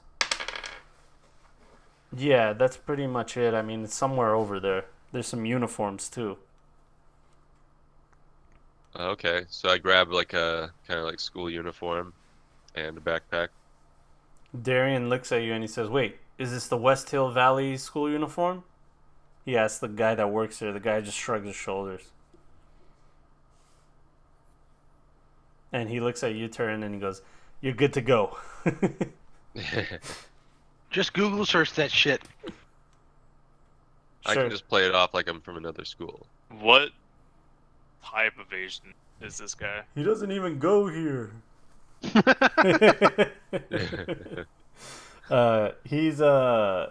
He roll me a let's see. What would that be? What kind of Asian are you? I'm Japanese. So roll a he's not Japanese, so do a +1 on awareness. Actually +2. +2 on awareness. So awareness. Just roll awareness and then we'll add 2. Yeah. What kind of Asian? Come on, bro. I know. So 15. You know that he looks like he's probably Korean. Ugh. Oh well, I mean, I know like a little bit of Korean, Japanese after. So I'll walk up to him and say in slightly mediocre Korean, so, "Dude, come on, just give us a little bit more information about what we need here." He looks at you and he says in English, "I don't really speak much Korean, man, but I appreciate it. Look, I'll be honest with you, man. Those rich kids, they come in here sometimes, they buy some stuff, they leave. I don't really pay attention to what they wear. I'm more looking out for those other kids, the ones that are shoplifting thinking that they're cool kids. And, they try to act like those rich kids." So he looks at Turin and he goes, "Look, just that uniform you're wearing, that's usually not what they wear. So there's another one over here." He brings out a navy. You were wearing like a white one with a logo on it. He brings out a navy blue one with a logo on it. He goes, "This is the one they usually wear." All right. So I buy that one. In English. Thank you. And he says, "Please don't bow."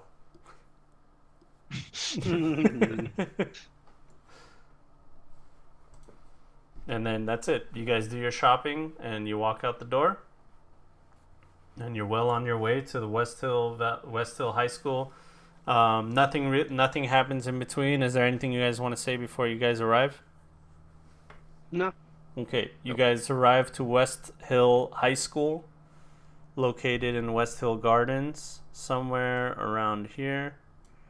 And as you guys are driving in, this is a well taken care of high school. You can see the field that they have for their football team and their baseball team. It's just beautiful manicured grass, beautiful bleachers, and they have their logo all across the grass and everything on the posts, everything. It says West Hill High School Tigers. All right, so there's tiger symbols all over the place. You see kids around the area. They're still in school. They're walking out of school. School's about to get out, and you see kids of all sorts and types. They start getting to their cars, and I'm talking Bugatti, I'm talking Audis, I'm talking BMWs. Nothing less than a Mercedes-Benz is parked there. And you see all these kids with cool cybernetics walking out. Some of them are fully chromed out, and the ones that are fully chromed out, they got the money.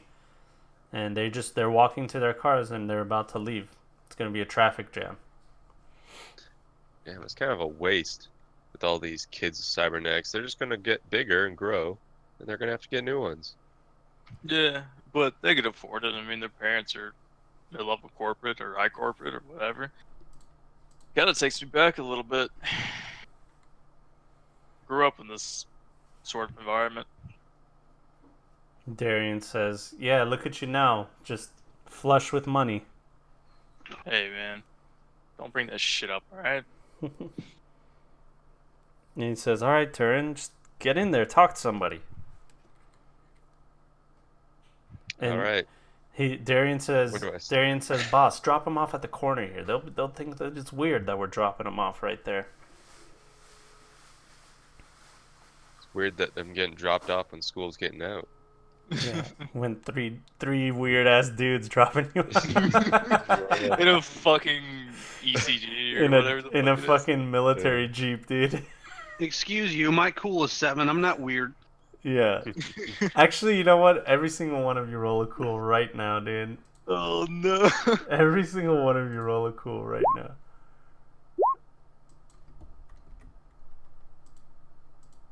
That's for Darian. Let's see what we got here. Alright, so we got alright, Dick Johnson, Turin, Turin is the coolest of us all for sure. So He's the youngest. So you guys try to. Everybody else in the car is trying to kind of like, cover themselves and hide. No one's really looking in your direction. So as Turin walks out, you look like you're dressed to the nines. You're perfect, Turin. You're blending in perfect, as you can see. Your shoes, your backpack, your logo on your uniform, everything matches with everything that's there. You do have a mohawk, right? Yeah, I've got like glowing white mohawk kind of thing. So in the sunlight, your mohawk changes different colors. It's like one of those refracting light mohawks.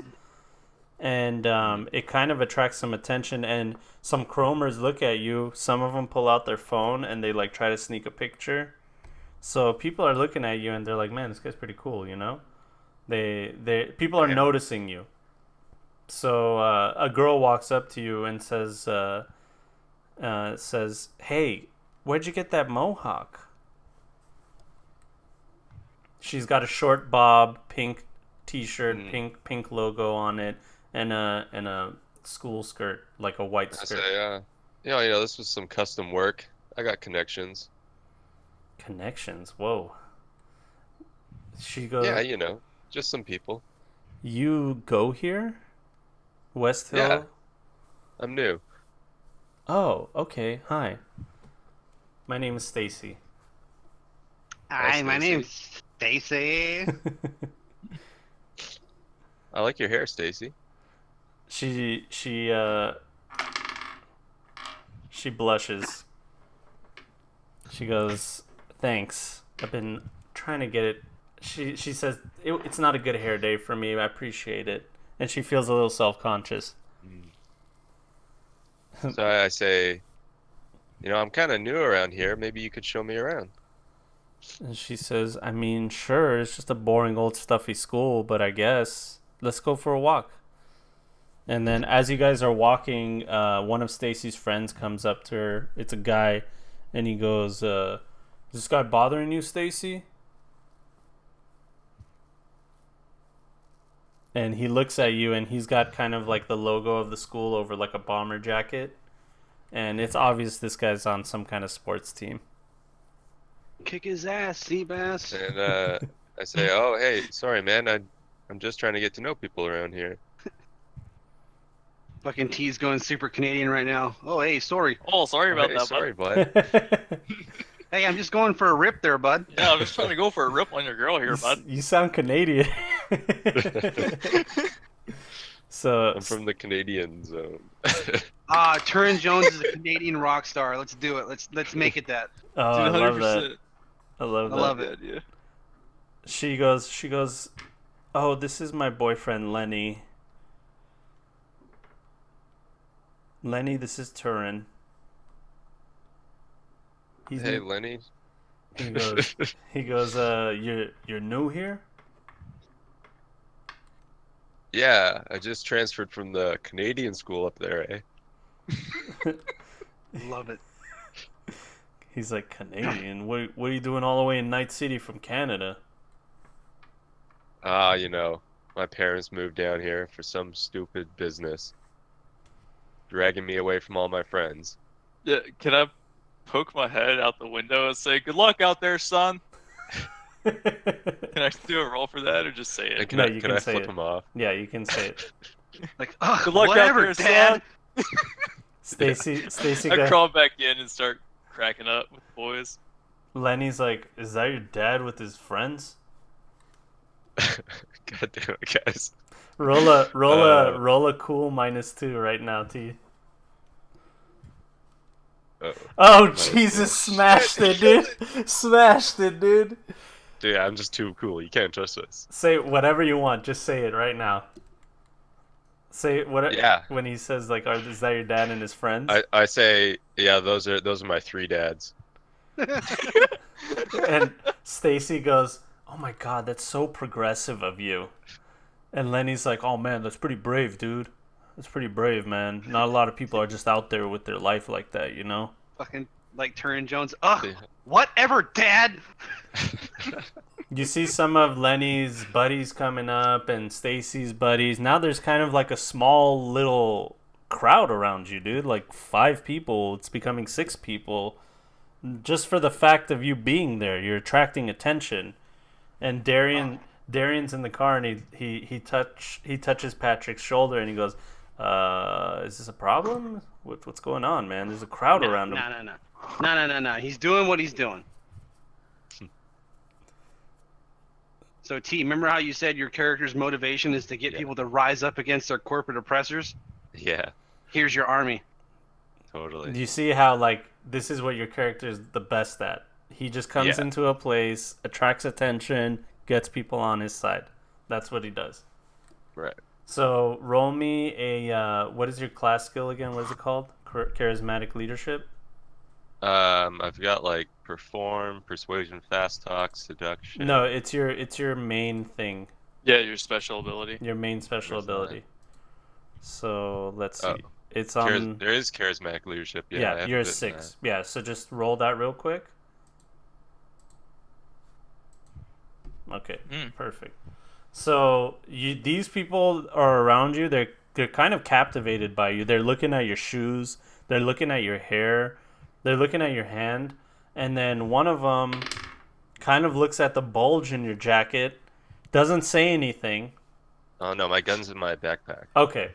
Looks at your backpack and can see kind of like a little bulge in it, and sees a bulge in your pants because of your Mr. Stud. Oh yeah. He does have the Mr. Stud. Remember, guys. I feel like I'm the only one that doesn't have that. I also do not have it. And now they're just like they're bombarding you with questions. Where did you say you were from? Oh, wait a minute. Do you play music? Because I can see your hand is you got some wear and tear on your hands. Is that callus from a guitar? And then like people are like starting to touch you and get close to you and like they're just bombarding you with questions. You got a crowd around you. I said, yeah, I'm a musician. Oh, you just hear everybody go, "Oh, wow. Where do you play?" You know, wherever anybody will listen. Stacy, Do you guys have a band room in the school? and Stacy goes, "Yeah, but that place sucks. You know what? Let me get your phone number." And then Lenny's like, "Stacy, we're just friends. Relax, Lenny. Damn. Relax, Lenny. Yeah, don't Yeah, relax, Lenny. go all mental, Lenny. She just Don't wants go." to hear some music. She goes, "Don't go all cyber psycho, Lenny. All right. Let me give you my number." And she gives you her phone number. She puts it in your phone. That's the move she does. While that's going on in the car, I'm starting to feel a little bit more buzzed. So I open up the glove compartment and pull out my harmonica Oh and no! just start going to town on it. Roll me your Or perform. at least trying to go to town on it. Roll me your perform right now. Oh, where is it? Oh shit. Empathy. Fucking Dick Johnson, best Cyberpunk dad. Yeah. Oh, where is it? It should be in fuck, cool. I think it's in cool. Is it technical or play instrument?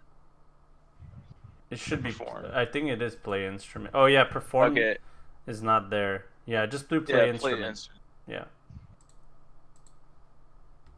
All right. You rolled a. All right. You broke your harmonica somehow.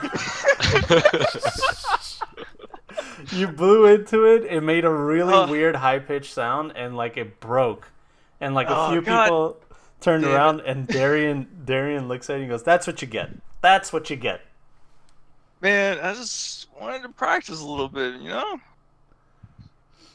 Now Lenny looks at you and he says, "Hey, look, man, if you want, we're gonna go to the Avalon tonight, and you know, we can hang out if you want, if that's cool with you. Like, I got my buddies there." Yeah, I could maybe make it out tonight. You see one of the. And then I asked Stacy, "You go?" She says, "Well, yeah." Lenny's like, "Don't you have a test tomorrow?" Shut up, Lenny.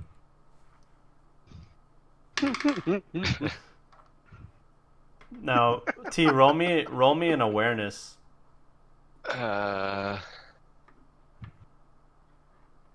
You guys could roll an awareness, awareness or a, yeah. All of you guys can roll an awareness as well. Any bonuses or negatives? Let's see. For T, I'm gonna give a +3, so you notice. Everybody else, nothing. Okay, perfect. And then Darian is fine. We don't have to roll for Darian. All three of you guys, you notice that there's a few of there's a couple guys in the crowd that are eyeing Turin in a different way. They're looking at him kind of adversarially while everybody's kind of gushing over him. They're kind of looking at him adversarially, and not too bad. They're not like, you know, trying to eye him up. They're just kind of the rough type. They kind of stand out from these kids. All right. Do we have the guy who gave us the job? Do we have his number? One of us has his number, right? Yeah, Darian has his number. Darian, text him and see if we can get a picture of his kid. He says, "All right." Yeah, while he's doing that, can I do a check with my radar to see like the grouping and pattern of people since we noticed this? Yeah. So you mean, what do you mean the grouping pattern? Like if it looks like people are trying to surround. Because If it looks like people are trying to get in a position to flank T for something. yeah, like because with the radar you can see like I don't know how, but Sure. you can see like how people are moving through and see if anybody's trying to get like a certain angle or something. Yeah, so from what you can see from your cybernetics, your heads-up display pops up in your cybernetic eye. And what you can see is, by analysis and algorithms, bless you, babe, you can see the patterns of people, and it looks like they're just doing like a half-moon shape around T, but they're not close enough where they can flank him. And in fact, you can see Turin's right flank, so you can see his right-hand side. He's not completely blocked yet. Okay. But people are starting to crowd, and now you're seeing administrators of the school coming to check it out. They're coming from a distance. And Darian just got a text message back of a picture of a kid. And he shows you guys his cell phone, and he goes, is this one of the guy? You guys see this guy anywhere? And if you roll me an awareness, you don't have to roll an awareness. You don't see him. You guys don't see him there. No, we don't see him. And Darian goes, "Man, the teachers are coming. I don't know about this. He's got to hurry it up or something. Should we say something? Should we honk the horn? Honk the horn." Well, No. do I notice the teachers coming? No, you can't notice them because there's a crowd around you, so you don't see who's coming and stuff like that. They're still asking you questions. What do you play? What's your favorite band? You know, blah, blah, blah. I'll send a message to Turin Jones, and it's going to be like, hurry up. Like, teachers are coming. We got to go. You got to move. And then All right. Stacy's asking you like, who do you hang out with? Who are your buddies? This and that. I say I had to move away from my old crew. Uh, but do I see the text message yet? Yeah, it just your phone vibrates. And I just say, sorry, 1 second, guys. And then I check my phone. See, Sorry, 1 second, guys. He sorry, one says second, guys. sorry. Sorry, buds. So you check your phone, and it's a picture of the guy that you're after, and then Darian wrote, "Is he there?" Question mark. Question mark. Question mark. Oh, And then it says Colin okay. Ricci on the bottom. Okay, could I do, like, look around and see if I see him, I guess? Yeah, you don't see him from the people that are around you. You don't see him. And then Stacy, do you hide your phone, or is it kind of like did you step away to look at it? Yeah, I kind of, like, look at it a bit covered. Okay. Wow, she rolled really high. Stacy goes, "Hey, wait a minute. Is that Colin on your phone?" And, I say, yeah, this is the only guy I know from this school. Is he around? Lenny goes, "You know Colin, bro?" Yeah. Uh, our dads used to know each other, and we hung out as kids. The I two of roll the up. the two guys that were adversarial with you. Oh shit. Hell yeah, dude. Holy shit. Oh, good God. Oh shit. Oh my god, you rolled so high, dude. You rolled You just Hell fucked yeah. everybody in the you crowd. rolled 2 10s, dude. That's insane, dude. Okay, so the two guys that were adversarial that looked a little weird, they kind of relaxed, and they when you said that, they kind of relaxed. They came in through the crowd and like shimmy their way through the crowd, and they go, "All right, everybody, back up, back up. Turin, hey, let's go. You know, Colin's waiting for us. You're his buddy, right?" Yeah, let's go. And he goes, he as you guys separate, Stacy goes, "Bye, Turin," and Lenny's just like crossing his arms, and he goes, "See you, dude." Totally beta, dude. You baited that guy so And hard. I just say, see you later, Stacy. I just ignore Lenny. Yeah, and then they're just like talking amongst themselves, and then like these two guys that are with you, they got the same uniform on. One of them's got kind of like a mullet look going on. The other one's bald.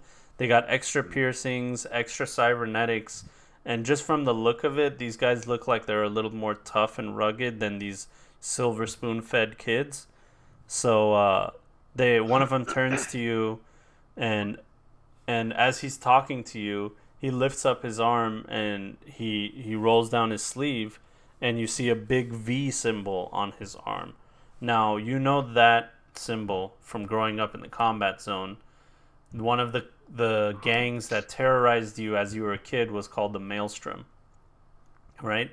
This is a fully cybernetic gang. They're a combat gang, so they're all about violence and doing whatever they need to do through violence. They're like ex-military guys that were vets that got into like running drugs or whatever they had to do to survive. These guys are kind of like a cousin gang from the Maelstrom. They're called Vortex, the Vortex, and these guys are part of that gang, and you recognize that symbol, so you know All that right. these guys are from there. And they go, "Yeah, we don't go to this school either, Turin." And he goes, "So you're one of Colin's buddies? I'm assuming you know him from his family." Yeah. Whatever you say to these guys, they'll take it at face value. You rolled a fucking 37, dude. So whatever you say to Okay. these guys, they're gonna take it face value.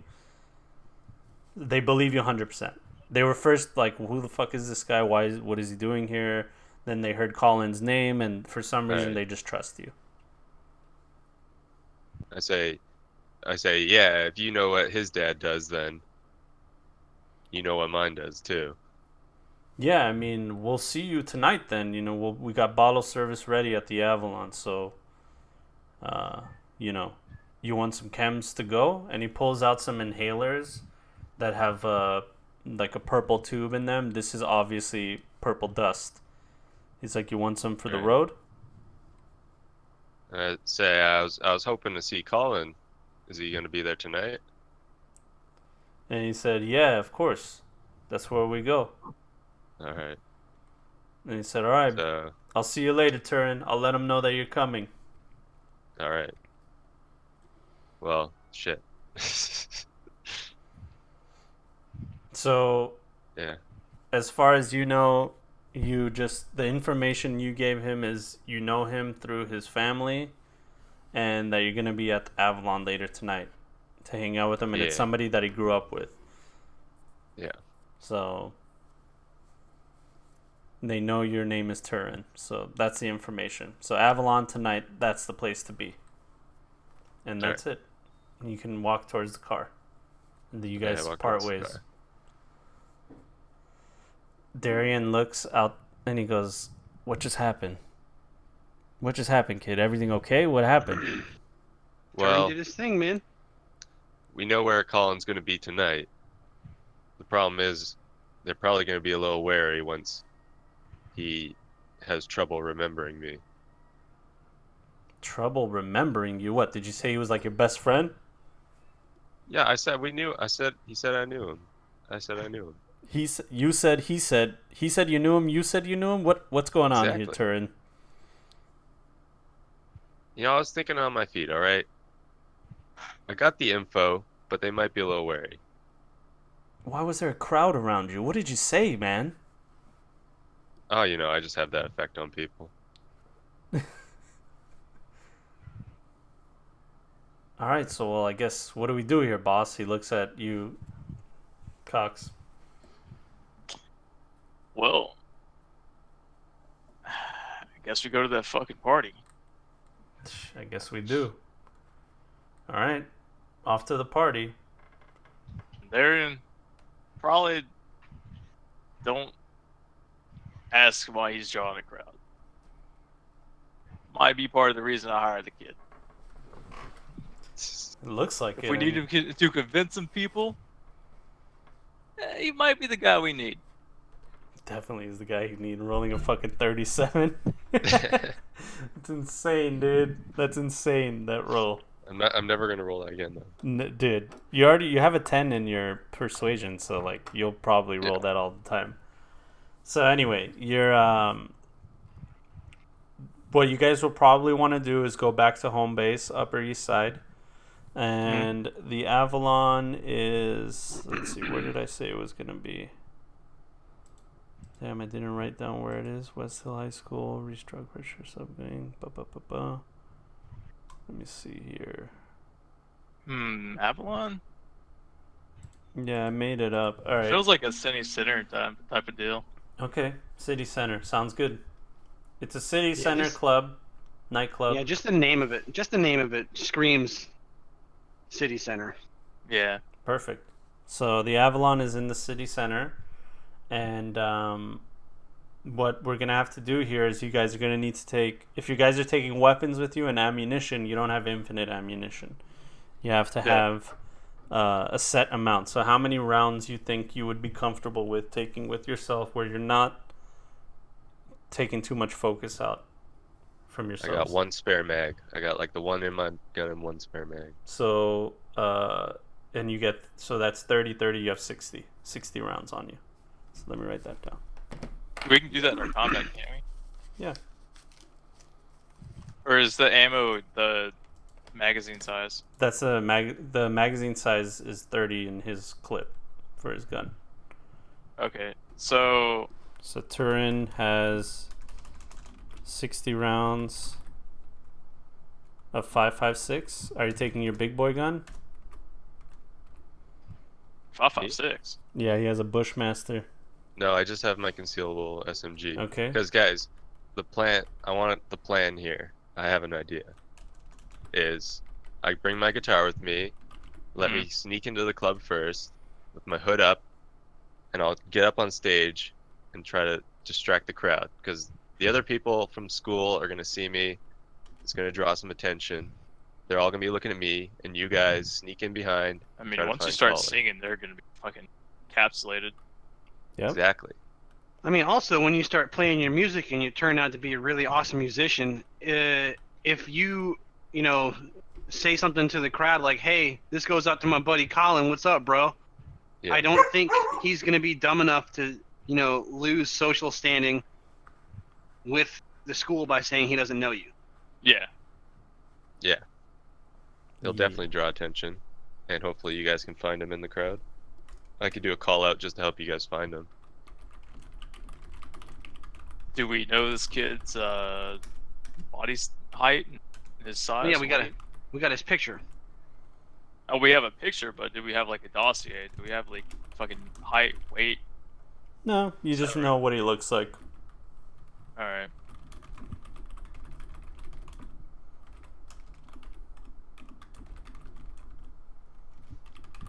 All right. You guys bring your ammo, I guess. Yeah. So, I have mag in my Colt, and I have 2 spare mags in my jacket. Okay, so and what's the capacity on your Colt? 7. 7. So you have 21 rounds. Yeah. And then Jimmy. I'm gonna bring my revolver because it's jacket concealable, and I'm gonna bring. I think I'm gonna bring 4 speed loaders. Okay. That's 6 rounds each. Yeah. 5. 5. 5. Okay. All right. And I have my AR in the trunk of the vehicle. Okay. AR in trunk. You can put some extra ammo in the trunk too if you want, for everybody. Yeah. You guys want extra? Yeah. Yeah. Okay. Okay, so we'll say another 60 rounds for T, another 20 for Jimmy, and another 21 for you. Yeah, like 3 spare pistol mags, and then probably about 2 mags for the AR. Okay, so we'll say 21, and then 2 for the AR, and then the AR has 60. 30 per mag. Yeah, so 60. Yeah. All right, perfect. I just wanted to keep track of that because it adds more. Usually I don't like worrying about how much ammunition and stuff you have, but if you're in a gunfight and you run out of ammo, it turns into a different thing, you know? Yeah. I feel like it And you adds can, more like, to it. You have to go, like, forces you to melee or something, or Or, get out. or steal their gun, use what they got. Yeah. So Darian is going to keep the car running because I don't want to roll for an NPC. Yeah, are we at, okay, he's just gonna keep the car running when we get there. Are we still going back to home base and doing all this? Yeah, so you guys went back to home base, you got hopefully dressed up in your club going outfit. Yeah, during this intermission, I'm using the restroom. Yes. BRB. Okay, go for the restroom. And then the rest of you guys are going to a club. You're going to a well-to-do place where a bunch of rich kids go and party. So you got to figure out a plan on how you're going to dress, what you're going to look like, and all that. Darian looks at you guys and he says, "Can we get a layout of the club or something?" And then looking online, you can. Yeah, you can Google it. Okay, I Google it. You Google the Avalon nightclub. It is in the city center. It is a pretty expensive club. Bottle service minimum is like $5,000 just for one bottle. So it's a very expensive place. And, just from looking at it, it looks like it's going to be tough to just walk into the place. You can't just buy a ticket and say, "I want entrance," just from looking at it. All right. It has one rear entrance in the northern part of the club. The southern part is the entrance by the street. The northern is to an alley. And then to the east of the club is a alleyway for a smoking section. and the west side of the club has no doorway, so it's completely closed off. You guys might be able to get in from the smoking section. I could probably get through the front door if I try to drop some names like Lenny or something. Probably find a way to break in. Darian looks up and he looks at you guys and he says, because Cox is in the Dick is in the Richard Johnson's in the bathroom. He looks at Patrick and he says, "Listen, us old fucks walking in with this guy just doesn't look right. Yeah, I know. We got to We're gonna have find to a break- way in. Yeah, we're gonna have to break in. Break in or just go separately." Let me go and create the scene first. What are y'all talking about? Listen, boss, we're going to have to go separate from him. I'm going to keep the car running just in case some shit goes down, all right? Oh, that makes 100% sense. I don't we want to can't get just- shot. Well, some of the students already know that, or maybe they don't remember, that we're his dads. So it might be okay if we walk in with him, but maybe it's better if we go separate. Definitely go separate. And from what I remember, anytime you want to go to a nice club like that, you're not just walking in the front door, all right? So if we want to get in, we're going to have to pay the guy something. Pay the bouncer something. Yeah, I'll take care of it. All right, well, I guess we have a plan. So, Turin, you're going to walk in. You're going to lull the crowd with your guitar playing skills or something. Yep.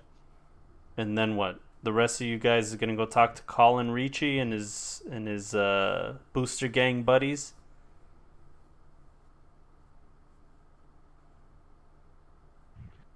We should probably make it. We should probably make it readily apparent to these booster gang that continuing to associate with Colin Ricci is probably not in their best interest. Yeah. How do you want to do that, Patrick? You want to use force? You want to give him a little talking? Date him a little bit?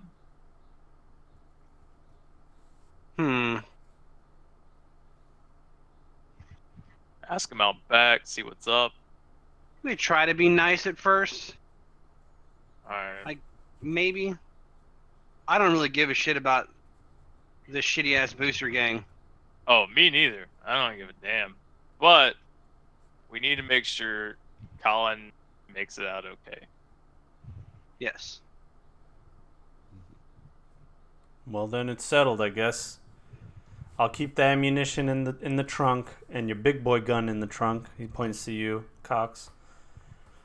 And if you guys need anything, just shoot me a text, and I'll be right at the front door. Otherwise, I'm gonna be at the west end, next to the club, the west part of the club. Outside of it is the parking lot. That's where I'll be. Alright. All right, it's settled then. Let's go. So as you guys leave, driving there is no problem. There's a little bit of traffic because most people are going to the city center at night. It is a Saturday night. Everybody's having a good time. You see people in the streets. You see people drinking, and every now and then as you're driving, you'll see somebody throw out their window an inhaler pack or just a little inhaler. It's obviously purple dust. And just people having a good time. Police are just walking around the streets, not really enforcing any laws. Some of them are on their cell phone just fucking around. And that's pretty much it. That's the nightlife. You hear music blaring out of people's cars. Their cars are either flying or on the ground. There are all kinds of shit going on. And you guys pull up to the air parking lot of the club because you are in a floating vehicle. And the valet there tells Darian that he needs to park on the ground level lots with the ground level cars. And Darian's go ahead. Could I get out of the car then and go ahead of them? Yeah, so you can tell me that you did that before if you want. Yeah.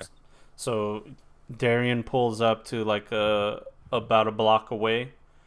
And he looks around and doesn't see any young kids or anything, just sees like normal people walking in and out. He goes, all right, this is it. Careful out there, Turin. You're on your own. When have I never been careful? Not careful. Yeah, slick. All right, what a wordsmith. I know, right? I'm just fucking with you.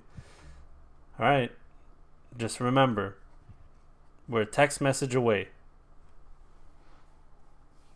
And then as you're walking out, he goes, wait, give him his guitar. Oh yeah. He gives I grab you my guitar. your guitar is this thing that like folds in half and then it snaps back. Unfold when you unfold it, it snaps back and the strings are all digital strings.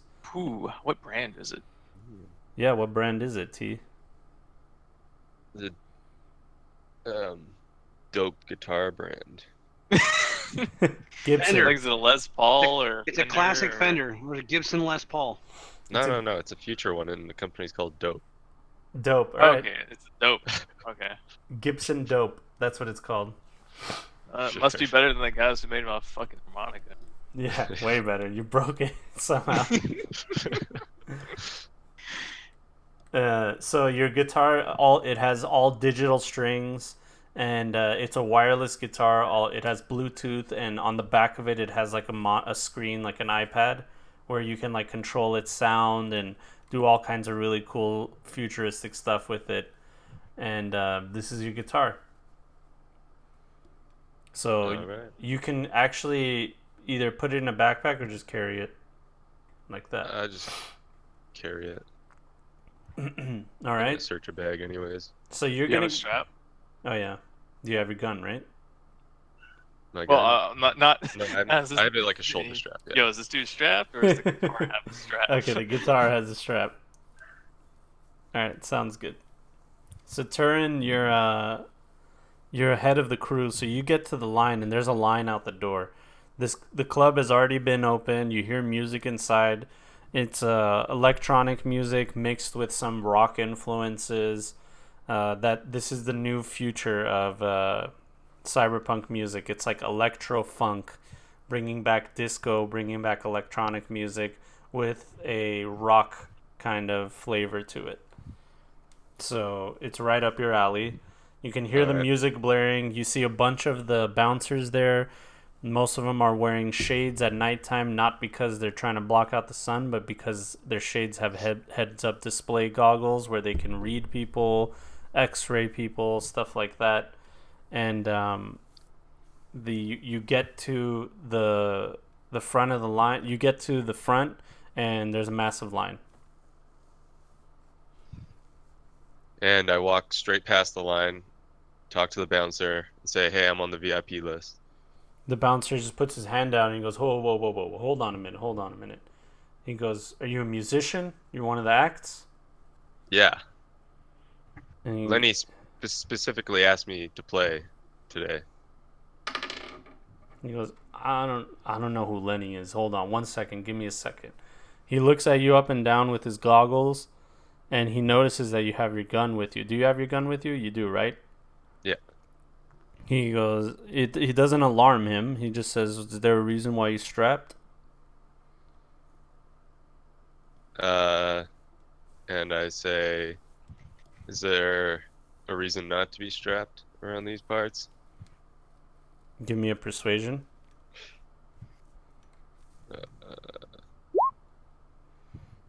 He says, oh, well, I guess you're right.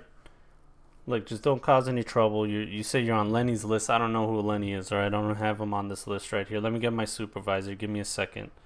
And as he's walking away, you do have a chance to either walk in or wait for him. I walk right in. Okay. As he's not looking, you walk right in, and Blend in with the crowd. you easily blend in with the crowd, and you are walking in with a guitar, so the people that are working there assume that you're a musical act.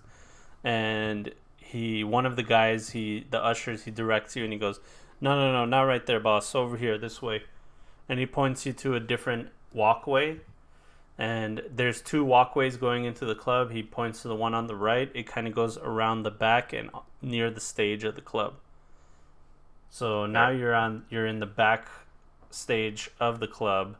There's a few people there lined up. You see a band getting ready, and they're tuning their guitars. They're one of them's connecting his laptop to make sure everything's working, and that's going on right now. I'm gonna go to the guys. Darian drops you guys off in the front, and he says, "All right, I'm gonna be in the parking lot. Remember, I'm a text message away. Make sure that kid Turin doesn't die. All right."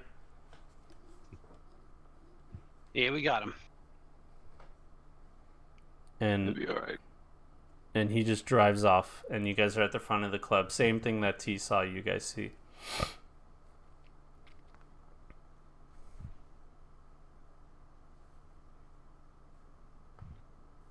Big line out in front of the door.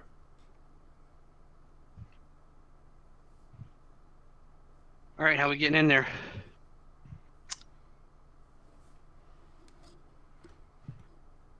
I don't know, man. I never really been in one of these soirees. I'm not the social type.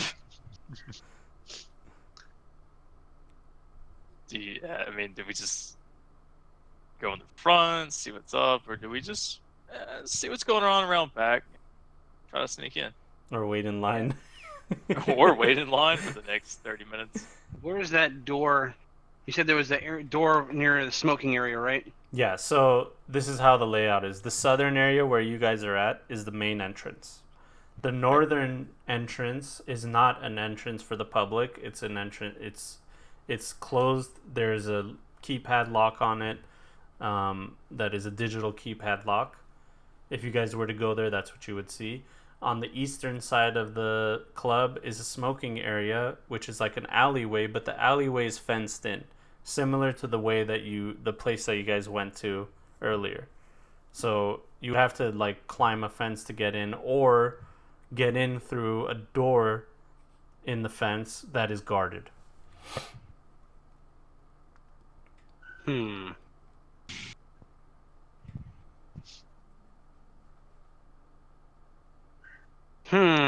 Indeed. We're gonna see if somebody comes outside the north, and we just, as soon as they open the door, we go in. Yeah. That's probably the idea. Might be a little too alarming for the try to get past those guards. Yeah, we might have to try to like sneak our way through the back entrance or something. Mm-hmm. How long would it take to get through the line? It would take about 45 minutes, 30 minutes. Shit, we don't even know when Turing gets up there to play, Or if he does. or if he does at all.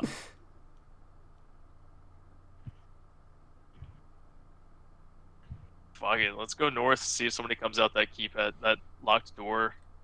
As soon as they come out, one of us knocks him upside the head or something. Then we sneak in. All right. Hell yeah. All right, you guys get to the northern door, and it's the wall is all black. The door there doesn't have a handle or anything like that. And there's a keypad lock next to it that kind of looks like an iPad stuck into the wall. And it just has it's a keypad number lock on it.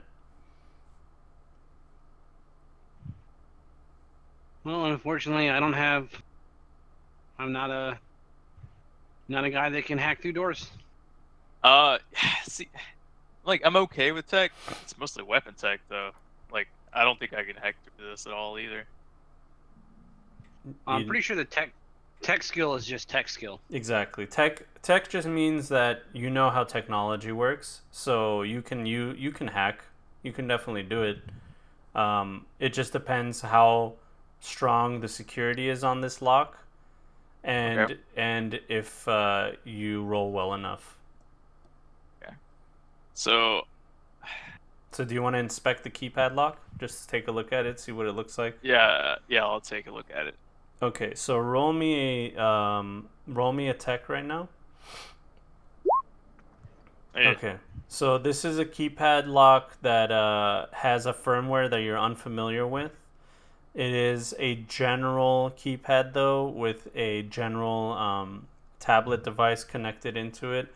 So it has like the regular connect USB connection. So you can jack into it USB, but you're not familiar with this firmware or the level of its security. Yeah, Patrick, I don't think I'm gonna be able to do this. So I think we might just be waiting. Unless you want to use that big body of yours to bust through. I don't know. Does it look like the kind of door I can break through? Yeah, it looks pretty solid. It's a very solid concrete door. Concrete. It's concrete. Well, it is concrete. Concrete. That's shit. You might just be able to get through concrete. Give me an awareness check, both of you.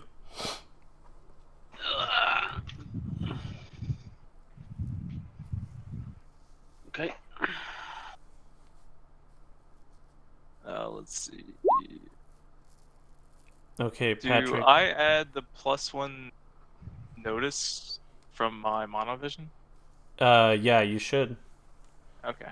But yeah, then I rolled a 24. yeah, no worries. I have the monovision as well. So Patrick, you hear something coming from inside the little hallway that you're assuming is in there, that's leading out the door. You hear some kind of commotion, like some kind of struggle going on inside. And Richard, you don't really hear it that well. So Patrick, if you put like your ear close to the door, you can hear some kind of struggle going on. Fuck it, I'll do it. Okay, you hear a struggle and it's getting louder and louder and closer to you. Well, then I'll get out of the way of the door. You see the pad turn on and you hear beep beep beep beep beep, and then you hear a large click and the concrete door opens ajar a little bit, and then it just slams open and just hits the other side of the wall as 4 bouncers are trying to wrestle this guy who's fully cyberneticed out. Legs, arms, everything. Except for his torso and his head are cybernetics. And he's like throwing them to the side. One of them's flying out of the way and then jumping back and grabbing him. And they're trying to tase him, but they don't know what to tase. And he's like, fuck you, pieces of shit.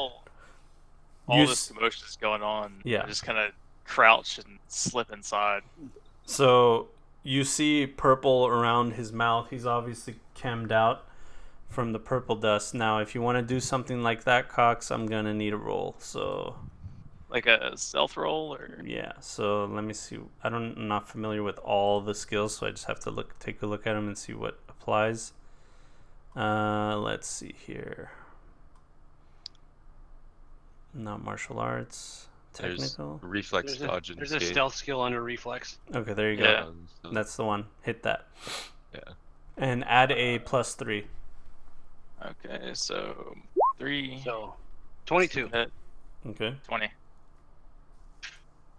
And then you got a 22.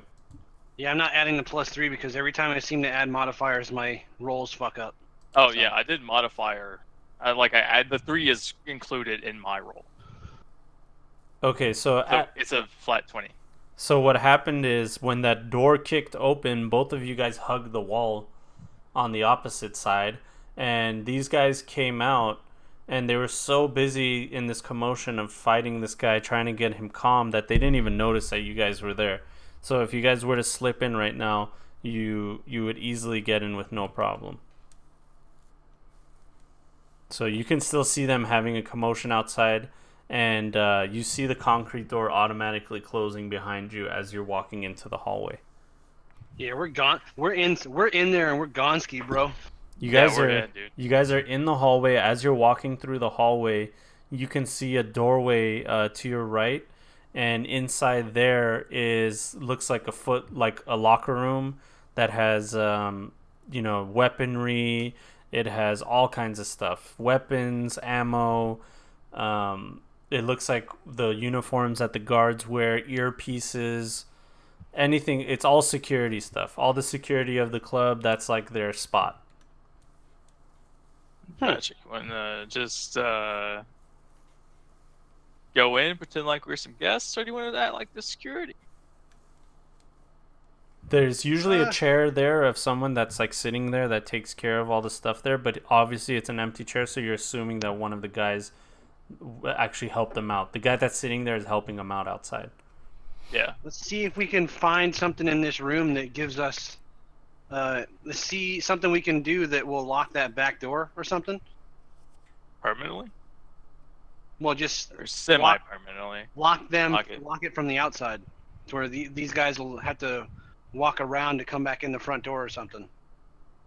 There is a computer on the desk that is on and it's open and does not need to be unlocked. It is unlocked already, and it's kind of like on the desktop of the computer, and you can see different windows open. Some of them are surveillance cameras, and then the other one, there's an option for security locks.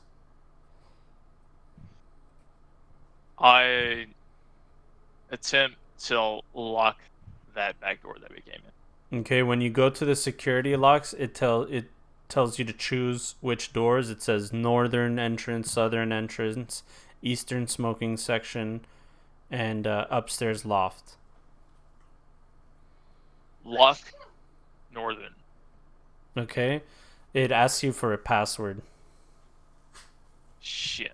to change the lock combination. Hey Patrick, what do you think these guys would have for a password?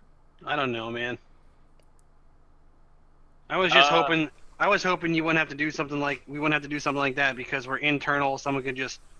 Yeah, button. see, So that's you what can it seems like, you know. So you can I'm just lock gonna- it. The thing is, you can lock it, but they'll just put in the code and unlock it. It's already locked, so they just put in a code and unlock it. What you're trying to do is change the code, so they can't get in from the northern change entrance. Okay. Because they'll be able to get back in. Patrick, What? how much are you willing to bet that these guys are idiots and their stupid fucking password for this place is just their address? Try Or it. there's an option under the password that said password recovery. Let me look. Is this keyboard like attached to the computer or anything? Yeah, it's a And laptop. I'm gonna look at the camera. Was there a camera facing the north entrance? Yep. Are they still wrestling this guy? Yeah, just outside you see them fighting. The guy's like almost winning. They're punching him.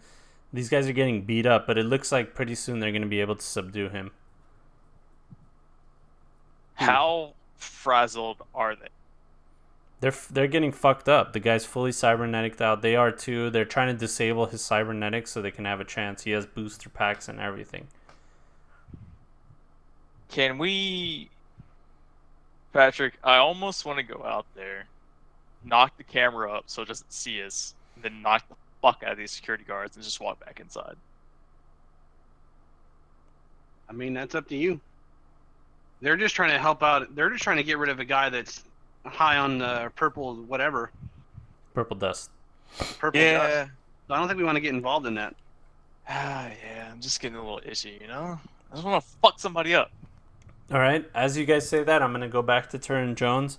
Turin Jones, you're sitting in the backstage, and the band in front of you, they're starting to take... They took some chems right in front of you, and they're about to go on. One of them notices you, and he goes, "Hey, man, are you part of the band?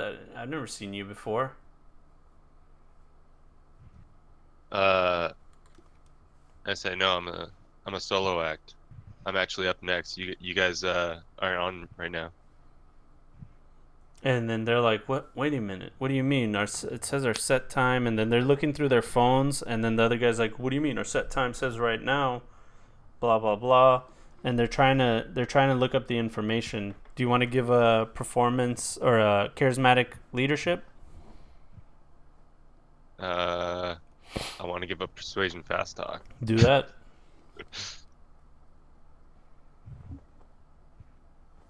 Okay, it's not a fumble because wait, what was the first one was a 10 again.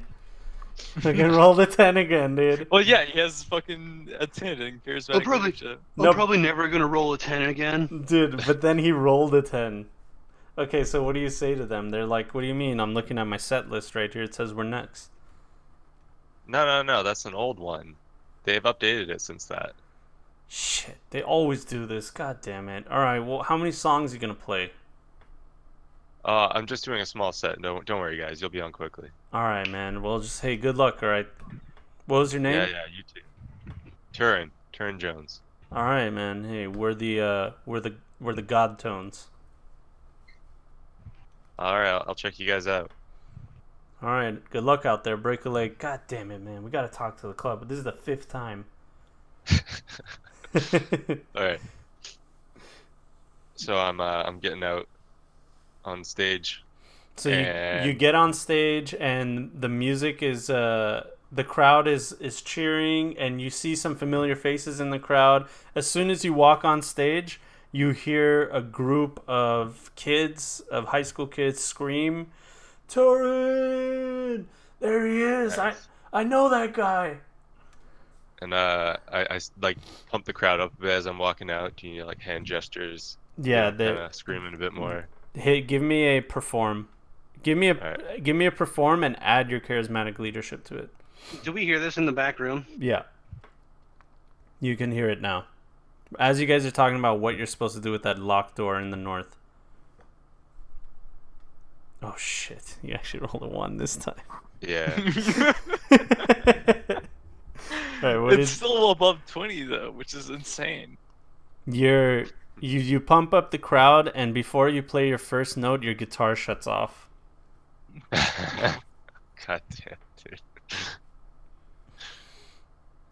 dude. People in the crowd are like they're like confused, they're like talking amongst each other, mumbling, some of them are laughing and you hear woo, it broke, dude. And I look back to the other band that I was just talking to and I'm like, yo, toss me a guitar. And one of the guys is like all right, I guess whatever. He comes outside and he gives you his guitar and he takes yours, if that's Sweet. okay with you. Yeah. Okay. Yeah, sure. Oof. All right. That looks like you lost your guitar, buddy. Anyway, you get your guitar. This is an analog guitar. It's a regular one. It has to connect into an amplifier. It's not the fancy one that you have. It's still wireless though. Okay. So it's connected, ready to go? It's connected, ready to go. Give me another perform. All right. Let's go, baby. I'm not adding anything to that. Damn There you it. go. All right. At least you didn't get a roll of 1. That's fine. Yeah. You the first chord you play, it reverberates throughout the entire club, and you just hear everybody go woo, and they're loving it. You just played one chord, and it echoed and it reverberates. Then you go into this sick solo. You start shredding riffs, and it makes people feel. People are feeling it. They're loving it. They're like, "Oh man, this is a cool new sound." And then you just go into. Do you sing or do you just play guitar? No, I sing as well. Okay, so what are your lyrics all about? What is your message with these lyrics? Is it about love? Is it about partying? What is it? This is a love song, and I find Stacy in the crowd. Oh shit! And Lenny's right next to her, going, "Fuck, man." Then he cucked, dude. Cucked Lenny, dude. All right, so Stacy is bobbing her head to it. She's being respectful. Yeah, she is. You know, so people are liking it. They're loving the lyrics. Some of them are feeling it. There's people in the back just enjoying the music, and you got the crowd going. So everybody's got your attention. Roll me an awareness, T. Stacy's mom. All right, looking in the crowd, you can see that there's a group of vortex in the back, right under the terrace. There's a terrace like in front of you. You're like elevated, right? And the terrace is kind of on the same height as you. Under you is the dance floor. So behind the dance floor on the terrace is like a bottle service area, and that's where you see the vortex guys, and if you squint real good, you think you can see Colin up there too. Okay. And can I, like, in between songs, do a shout out to Colin, like a shout out to my boy Colin up there in the rafters? Yeah, and then you see the guys up there, the vortex guys go, "Yeah, Colin!" And Colin gets up and he's kind of confused, but he just like puts his hands up. He probably thinks like his friends put him up to this. Now, fast forwarding back to Jimbles and Cox, you guys hear that going on. You hear him scream, "Hey, shout out to Colin in the rafters." All right, well, it's time to go then. Yep. So you guys are in the guard uniforms? Is that what you Sure. did? You want to just try to put the guard? Well, It's just blazers, like jackets. That's it. Yeah, we just put the Yeah. blazers on. Yeah. Yeah. And we head out into the crowd. And the earpieces, and that's pretty much it, and those goggles. So you guys have a +3 to aiming with those goggles, by the way. Oh, shit. hell yeah, dude, keeping these things. Combat Hell goggles. Yeah. I'm just gonna type that in. Yeah. +3 Just to a aiming reminder. while indoors. While indoors. Yeah. It's indoor combat goggles. It's all a ruse to get to Stacy's mom. Alright, so Turin shouts out to Colin. Yeah. We hear that. We start moving through the hallway into the crowd. Yeah. And is T pointing at Colin, or does he see Colin, or is Colin actually standing up and revealing himself? So T just said what he said, but he's too busy playing the guitar and singing his love song, which is weird because he shouted out Colin. I love you, Colin. Like, I love you, bro. I love you like a brother. And then you can see the Vortex guys up top. They're fully cammed out. They're fucked up. You can tell they're all messed up. Colin's messed up. His eyes are sunken in, but he's got his hands up. They're drinking. They're partying up there. There's girls up there with them too. And you can clearly see them up there. Now he's like up in the forefront of the terrace. And in the VIP section, you could see him in his preppy little outfit. And all you have to do is go up the stairs and go to him. And that's it. Do they have like handcuffs in the security station? Yeah, they have the equivalent to like indestructible zip ties. Yeah, I'm gonna take some of those. Great. I'm gonna take at least one. I'm gonna take one pair of those for Colin. And there you go. Take one pair of those for me, baby. Damn. Sorry, dude. I still got that fucking scotch in me, dude. Kinky, kinky as fuck. As you guys are walking up, Turin, you can see the guys clearly moving in the crowd. You see where they're going. They're walking up to the bottle service. So if you just keep doing exactly what you're doing, everything will go well.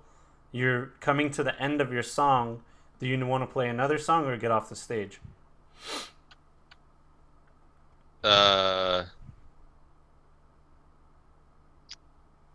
I want to stay on stage Okay. playing another. So your song ends as the guys are going up to the bottle service, and what's the next song that people start cheering? They're clapping, as people are clapping and looking at the stage. You guys are coming to the bottle service area, and there's already security there guarding the bottle service, and they kind of look at you guys. One of them looks at you confused.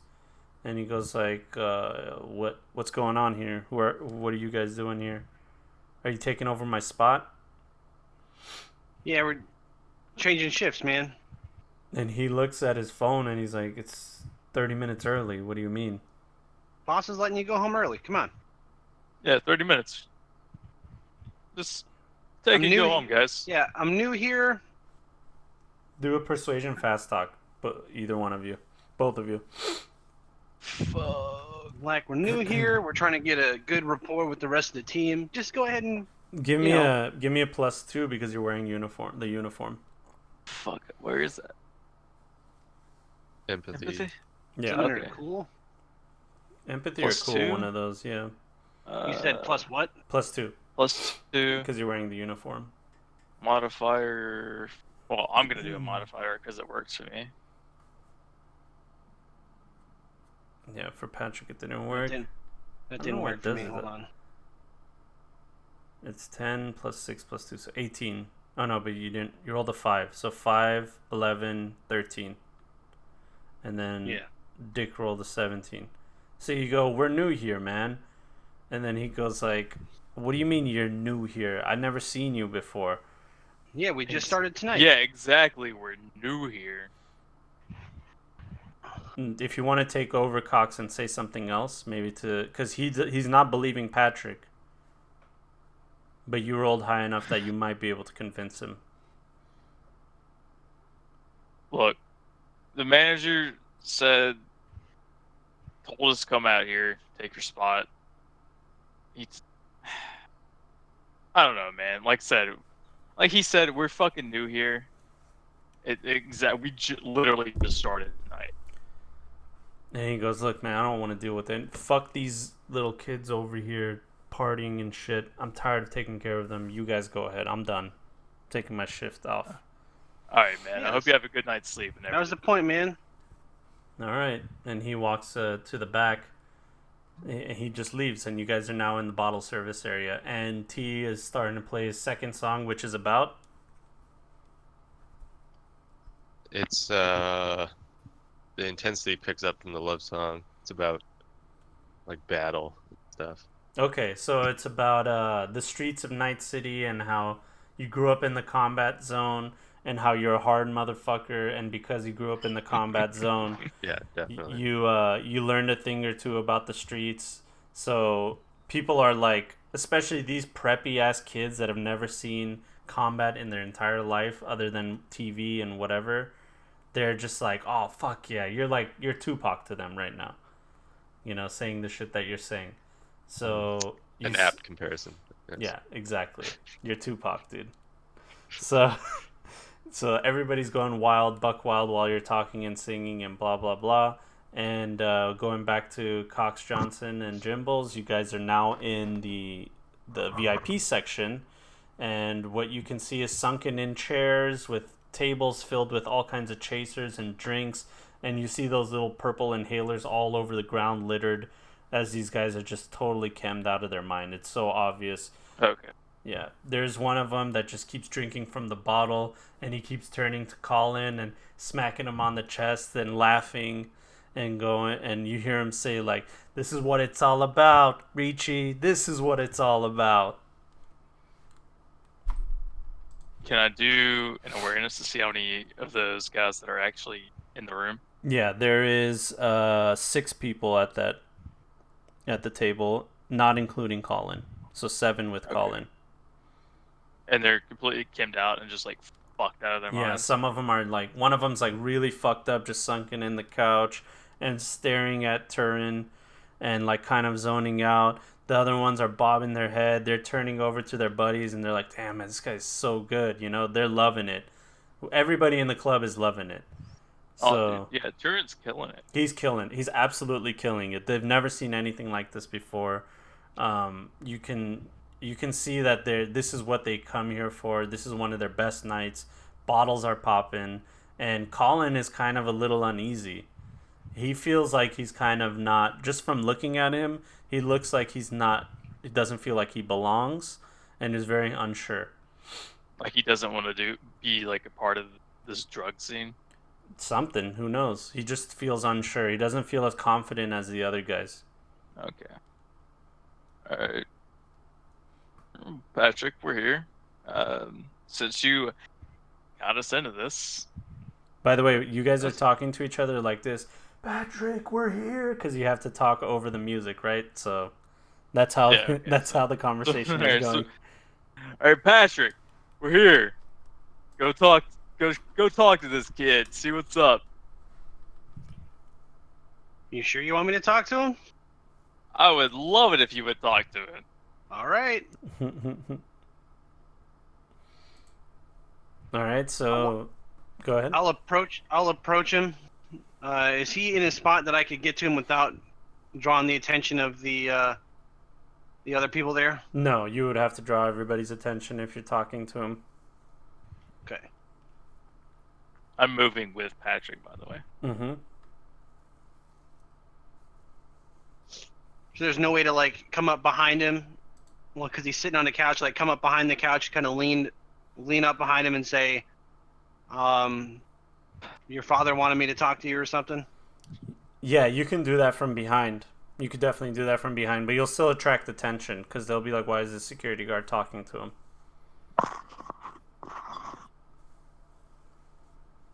I'm gonna, I'll send a text message to fucking Cox Johnson's character, and I will say, "Hey, I'm gonna engage these guys in conversation. We may have to move quick."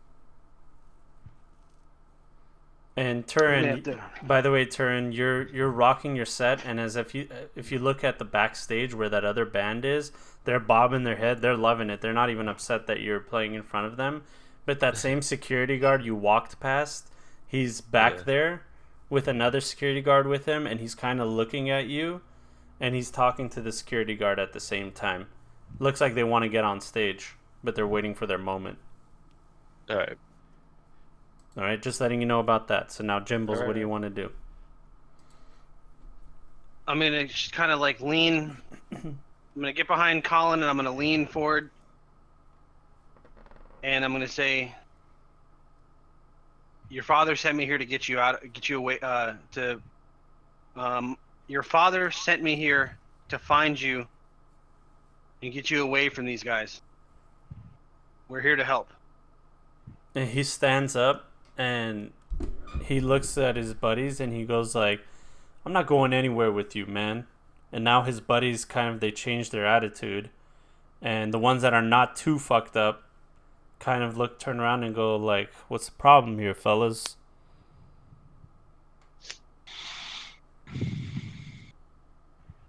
The one I'm gonna that's look over. the one I'm that's gonna the look leader over- says that. The one I'm that's gonna the look leader. over at Cox Johnson. I'm gonna go, "Are you ready?" I look back and say, yeah, and then I do a combat sense check to see if these guys are strapped. Sure, go ahead.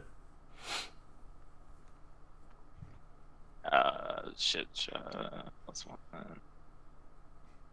All right, every single one of them is strapped except for Colin. Okay. I'm gonna like walk up to the leader of the gang, and I'm just gonna kind of like walk up to him and then reach my left hand out and put it on his shoulder, Mm-hmm. right? And I'm gonna go, sorry, there must be some confusion here. What I said is Colin's father sent us and we're here to get him out, and I'm gonna grab him by the back of the neck, and I'm going to headbutt him right on the bridge of his nose. To the gang leader? Yeah. Ooh, okay. All right, so you Fuck yeah. roll your body Okay. plus it's a melee attack, so it would be your body plus your reflex plus a d10. Jesus Christ. Yeah. So you want me to just roll 1d10 plus 20? Yeah. Okay.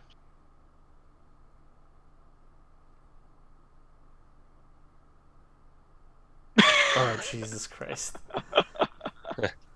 You fucking killed the kid. No, you didn't kill him. It's different. The damage is different with melee like that. Unless you had some kind of piercing damage, you just bashed his head. So he's going to have to roll a body check for stun. Okay. He did not make it. So he falls to the ground stunned. And his other buddies go, Colin goes, "What the fuck?" And nobody else is really paying attention to you guys. You guys are kind of off on your own up on that bottle service area, but you guys are pretty much arm's length from each other. So it's you and 5 guys, because the 6th one is knocked out. You and 5 guys arm's length from each other combat. You ready? As he falls over, I just kind of... You want me to roll a cool check for this one? Because as he falls over, I'm just going to slip on a pair of brass knuckles. Okay. You don't have to roll for that. So I want to let's see do like here. an intimidation. I want to do like an intimidation or a cool check to tell them that it's in their best interest to just let us leave with Colin. Okay, so you guys are like right here. See that? See where I'm Which marking? ones? Mark it South, again. south of the map. Just zoom out Okay, a we're little bit. there. Yeah, Oh, I need to Okay. zoom out. Yeah. yeah. So where it says elevated by 7 feet plus 2 to hit, that's to shoot anybody down low. So let's see here. Turin is over here. Oh wait, sorry. Why isn't it loading your guy? It's weird. It's not letting me put Turin's guy on the map. Hold on. Yeah, there we go. That's Turin. We'll have to add that later. Okay, so that top part's the stage. Yeah, that's the stage. He's right here. All right, and then Patrick O'Hannigan's right here. Oh, I can move so fucking far. Dick Johnson is here. Dude, I have a 10 in movement allowance, so I want to say something along the lines of, as I slip the brass knuckles on, I want to say something along the lines of, now, this can happen to every last one of you, or you can let us leave with Colin. And they say fuck you, and they start pulling out their straps. Well, you don't want me to roll intimidation? Yeah, you can roll intimidation.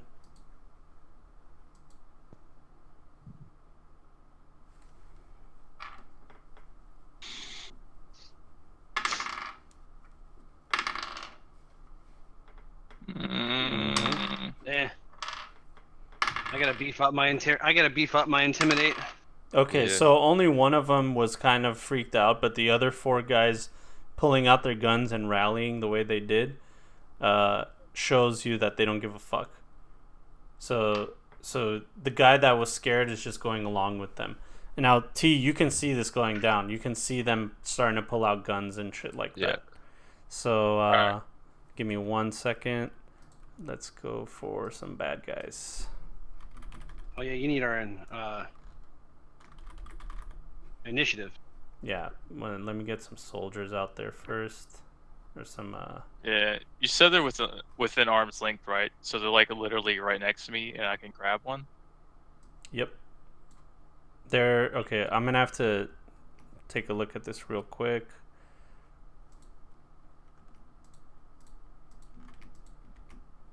One, two, three. Jesus Christ, I can 4. move so fucking far. No, I have to change it. It's meters, right? Yeah, there you go. Yeah. So it's 1. Let me move this a little bit this way. You guys can see my ruler, right? Yeah. Yeah. 1, 2, 3. You guys see how 4, fucking far I can move? Yeah.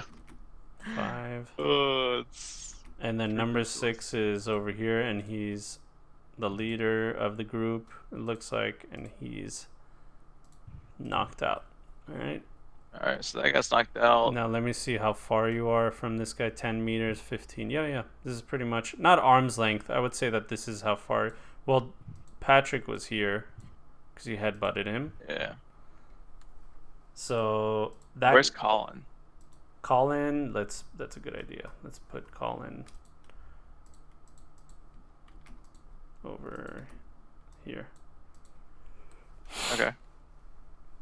All right, so let's roll initiative.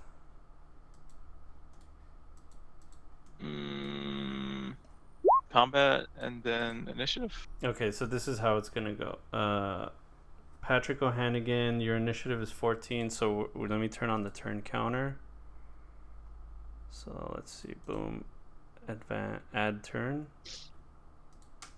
Does this count as ambush? No. Okay. It's just So regular. I'll just use my regular. Yours is initiative plus. It should add your combat sense. Yeah. So I have my base initiative Mm-hmm. plus combat sense plus my booster wear, which is my modifier 1, Hold on 1 second. Add turn. and I will roll that. Fuck. Damn. That's with a 1. Do you happen to have Hilarious. anti-dazzle module in your eye? No,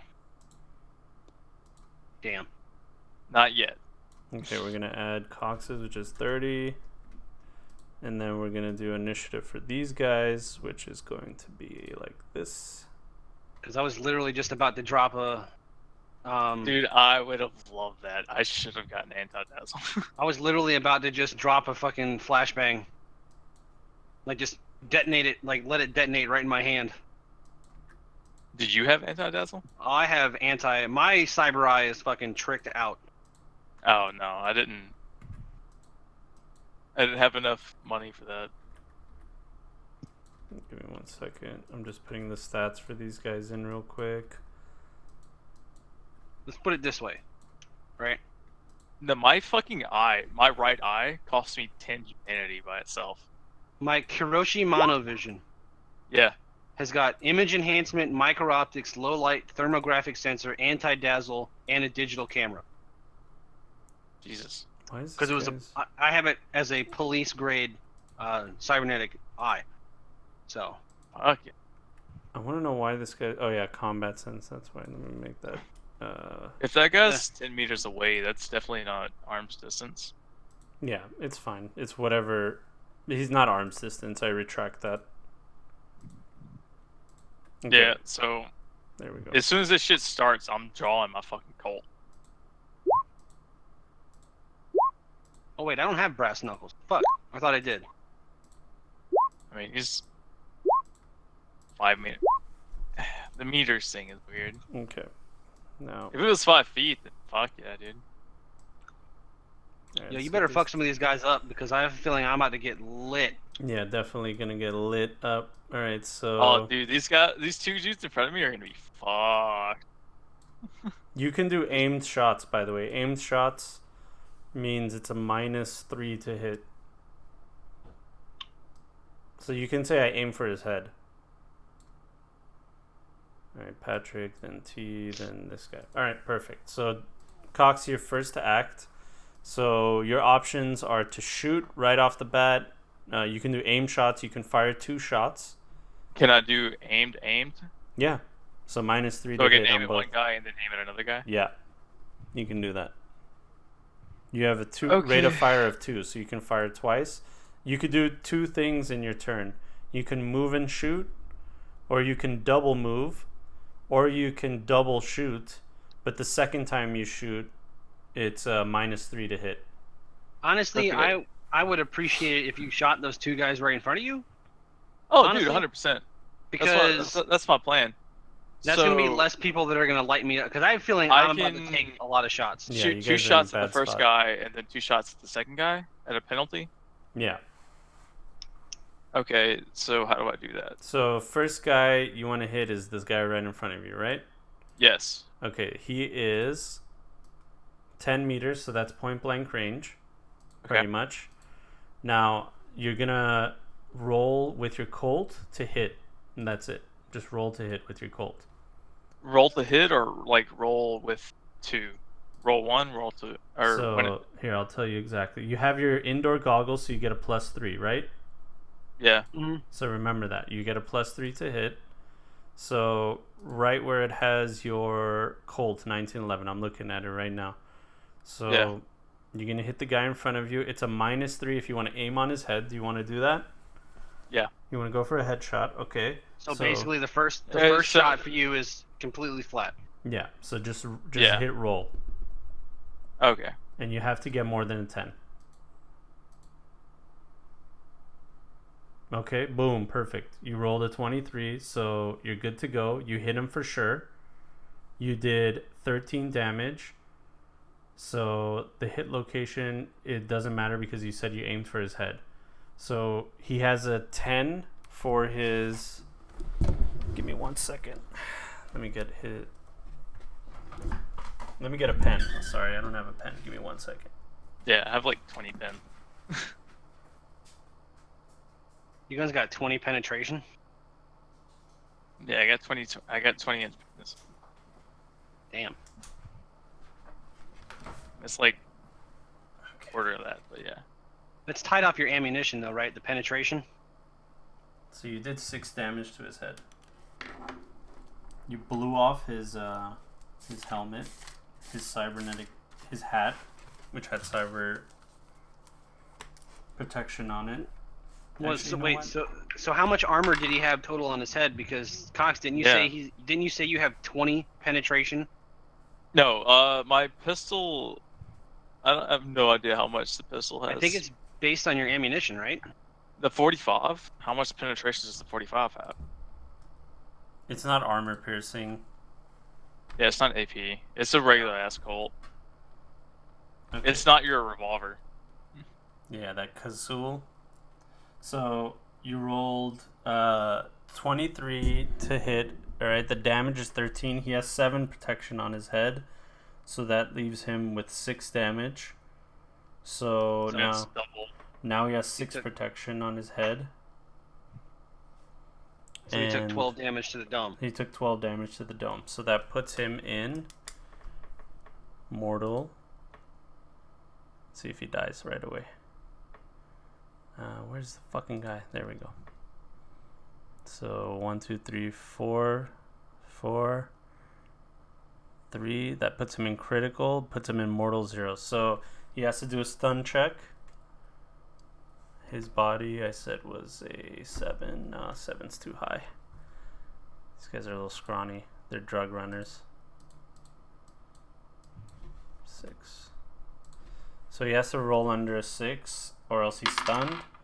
He rolled a 5. Wow. So he's just flat on his ass. But he's in critical condition. You can shoot again at the same guy. At the same guy? Yeah, you get 2 shots. Or you can shoot the guy behind him. I would shoot the guy behind him. Yeah, see, I wanted to shoot that guy and then shoot at the guy behind him. Okay. So then Which if you do a called 15. shot on this guy, you'll be at a -3.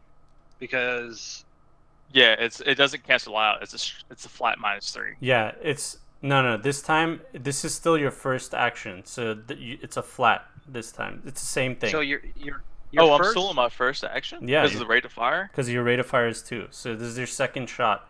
Because the idea is you can fire twice in 3 seconds. That's how long a turn takes. Oh, dude. Oh, shit. Yeah. Dude, fuck yeah. Shoot at the next guy then. Yeah. That guy.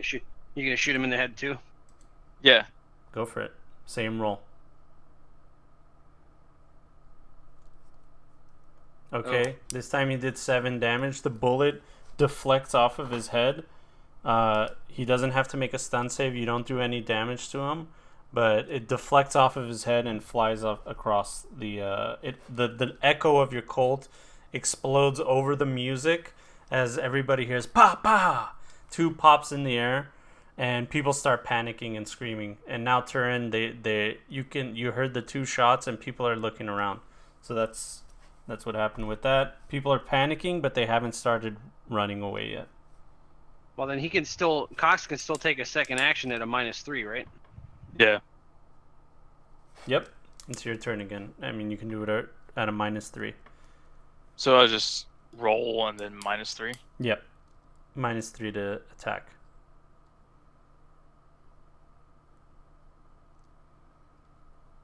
Roll modifier -3?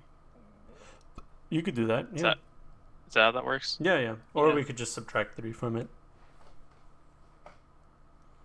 29 -3 is 26. Which one are you hitting again?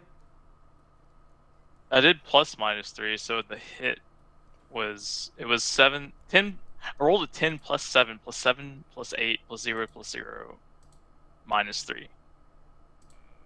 Yeah, so it's a 26. You hit him, but I'm just asking which guy you're going for. This guy, the guy directly in front of me. Okay, 15. the guy directly in front of you. You did 9 damage to his head again, or how does this one work?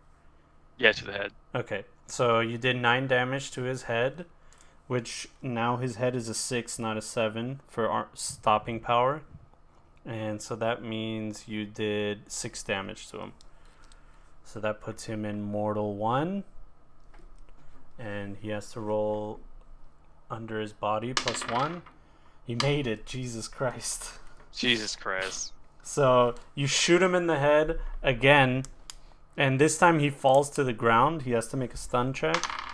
He made the stun check. Holy shit. So he holds his ground. The bullet bounces off of his cybernetic head.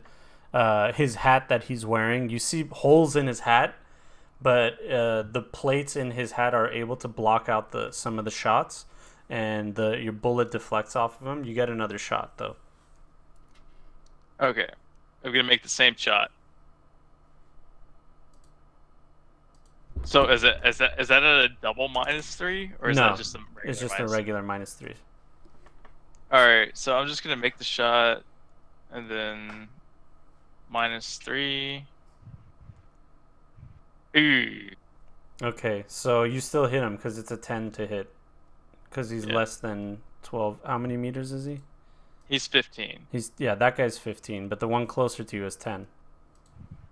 Yeah, but I'm shooting the guy that's 15. Why won't you Because shoot the one guy? closest to me, the one that's closest to me is already down. No, but he's not dead. He'll just Yeah, get but up. he's like fucking in critical position, and He it's can 3 still seconds. kill you. He can still kill you. You want to kill him all the Oh. way, dude. He's not. Oh, okay. Yeah, you want to kill him all the way. Trust me. I didn't realize that. Yeah. So you do 7 damage, which is 2 over the 5, so 4 damage to him. That puts him in mortal 2. Now there's no way he'll make this, right? Okay, he's super dead. All right, your 45. Your 45 explodes as a shell casing flies over your shoulder, and you see blood splatter against the ground. As the guy's on the ground, you shoot him once in the head, and his brains are just splattered all across the floor as you see blood seeping down over the terrace and onto the ground. Now people are starting to panic. They heard 4 shots, and they're starting to exit the area. And Turin, from your side, you can see security guards starting to pull out weaponry and stuff like that. And they're looking up into the terrace and seeing other security guards shooting these guys. You get what I'm saying? That's the picture. They're like, oh shit, our coworkers are in a gunfight. Yeah. So God damn it, just letting you know. Patrick! Why didn't you roll better initiative? Okay. So it's not your turn yet. It's this guy's turn. Oh wait, it's not my turn yet? Not yet, no. No, certainly not. You don't go till like. Yeah, you're 1, 2, 3, 4, 5. You're 6 Yeah. one down. Yeah. We'll make this quick. Don't worry. R.I.P. Patrick. Rip Patrick, he's probably dead. So the guy in front of you, he's gonna try to hit you. I'm just Patrick? gonna go piss. Go piss. Yeah, that's a good idea. I feel kind of slighted by the whole within arm's reach ordeal.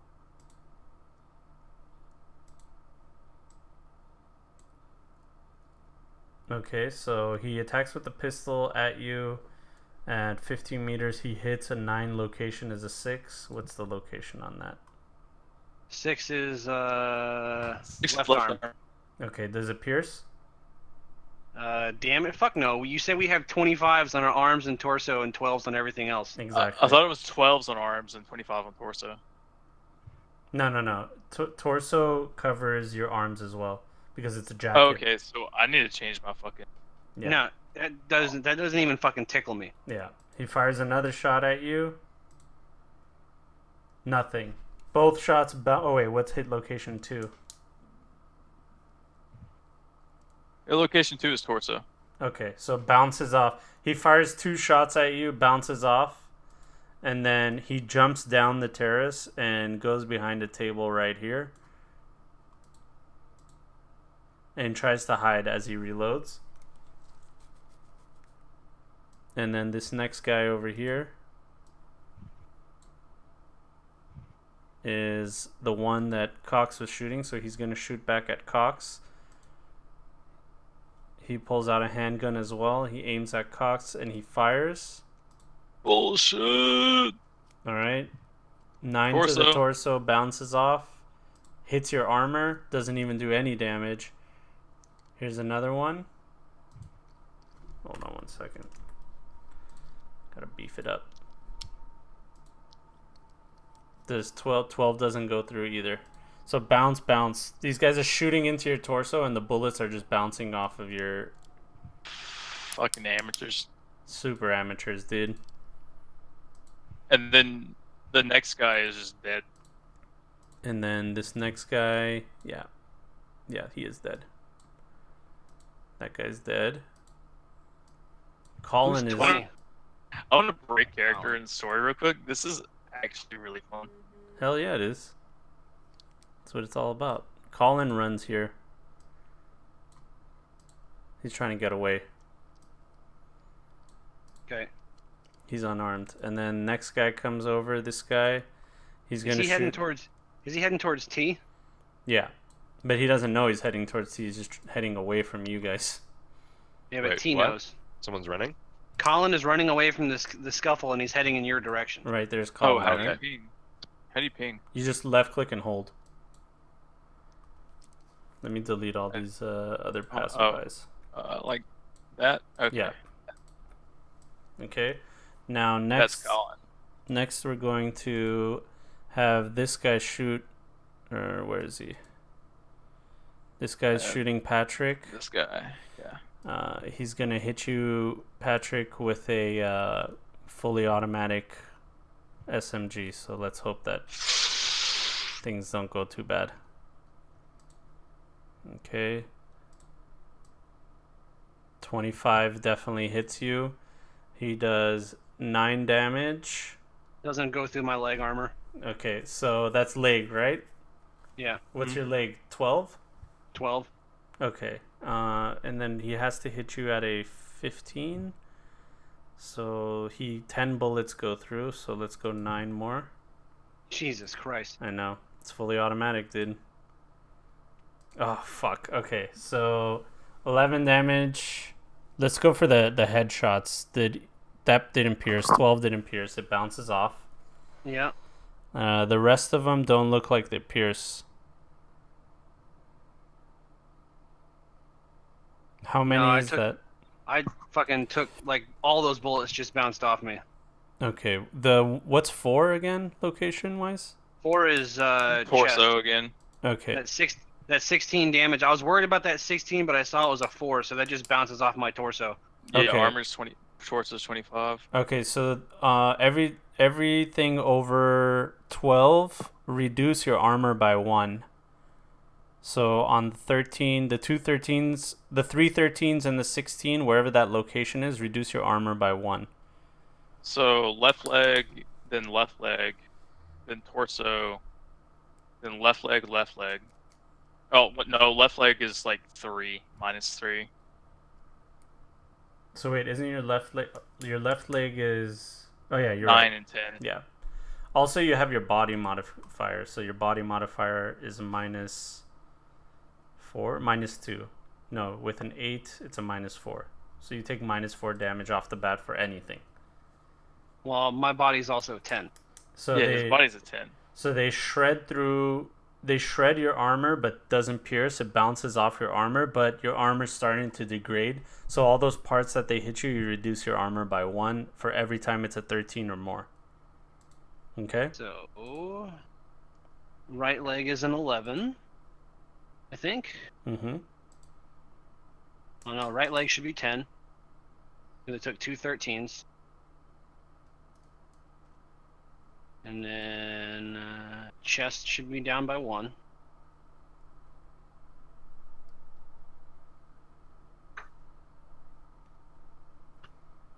Oh no, my right leg's a 9. Okay. So do that calculation while you're doing that, T. It's your turn.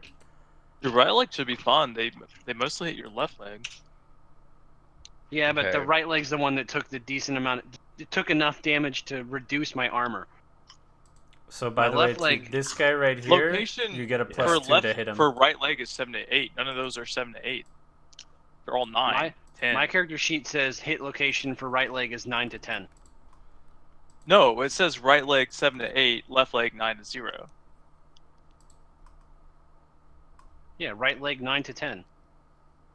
No, left leg 9 to 0. Wait, I'm what telling you fucking- right now, my character What sheet character says sheet are you looking at? the one in the fucking that's in D20.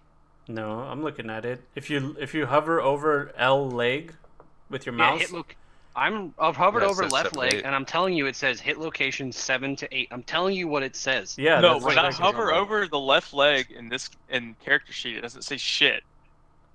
Yeah, Mine- it It's says supposed to 7, say 8. 7 8. Yeah, mine says 7 8. Yeah, I'm looking at the one that John sent us. Is like, hey, use this. Oh yeah, no, sorry. We're using this character sheet. Forget about the one that I sent you. Okay, well then Yeah. all of my shit's completely fucking off. No, it's Kilter. not. Relax. It's not a big deal, dude. No, like in the character sheet, if I hover over, it doesn't say shit. It says for if you okay, not the actual number. You see where the text says L leg? Yeah, left leg 7 to 8, right Yeah. leg 9. Yeah, Okay. that's it. You're good. Okay, so T, it's your turn. You have a +2 to hit this guy and Colin if you want to just fail the mission. And then the two guys right here are the two security guards that are beginning to pull out their weapons. You do have time to react before they can. I don't know if they're going to start shooting you or whatever. As far as they know, their two security guys are fighting up there. So how is the crowd starting to disperse? Oh, the crowd's gone, dude. People have been rushing out of the club. Okay. Then I'm gonna move off the stage. Where's Okay. the exit? The You're exit gonna- is the south right here, and then the north up here somewhere. You're gonna pretend like you're running away from the crowd so you don't get caught up in the crossfire, right? No, I'm gonna move in the path that Colin would be taking to that north exit. Right, Okay. but you're gonna make it look like you're trying to yeah, you're like you're just a random person that's not involved in us, and yeah, I got it. Yeah. Okay, you're gonna cut him off. Yeah. Well, so I move down here, Okay. look like I'm fleeing the stage, and then I pull out my gun and take out the guard. Where exactly? Right there? Yeah. Okay, let me move you. Okay. And then you're gonna shoot this guy? Well, can I get? Can I? Is that still? Can I miss Colin? Like that's not. Well, if you fully auto, you're probably gonna hit Colin. But if you 3-round burst, you can at least aim it at one guy. Yeah, Okay. just do that. Yeah. I'm gonna R.I.P. Colin. I know, right? So do three-round burst. Aim at this guy's head. at this guy's head. Okay, so it's a -3. Yeah, that guy's head. So it's a -3 to hit. So just roll your submachine gun. Just do a single fire. Targeted roll or? Nah, just do regular roll, and then we'll just subtract 3. Okay, so it's a 20, and you are how many meters? 35. So yeah, it's considered close. You're good to go. Oh, actually, you know what? Close and medium is a +3. So either way, you got him. So now I'm gonna roll a d6 real quick. See how many bullets hit him. All 3 bullets hit him in the head. That's 9 damage. Do two more auto fire shots. These are all to the head. Heckler and Coach Nice. MP7, baby. Dude, the MP7 is sick as fuck, dude. That 4.6 millimeter is dirty. Oh yeah. So under your attack option for your weapons, just hit the auto fire button. Yeah. Make sure the number says 2 and hit the auto fire button. That's it. 2. Yeah.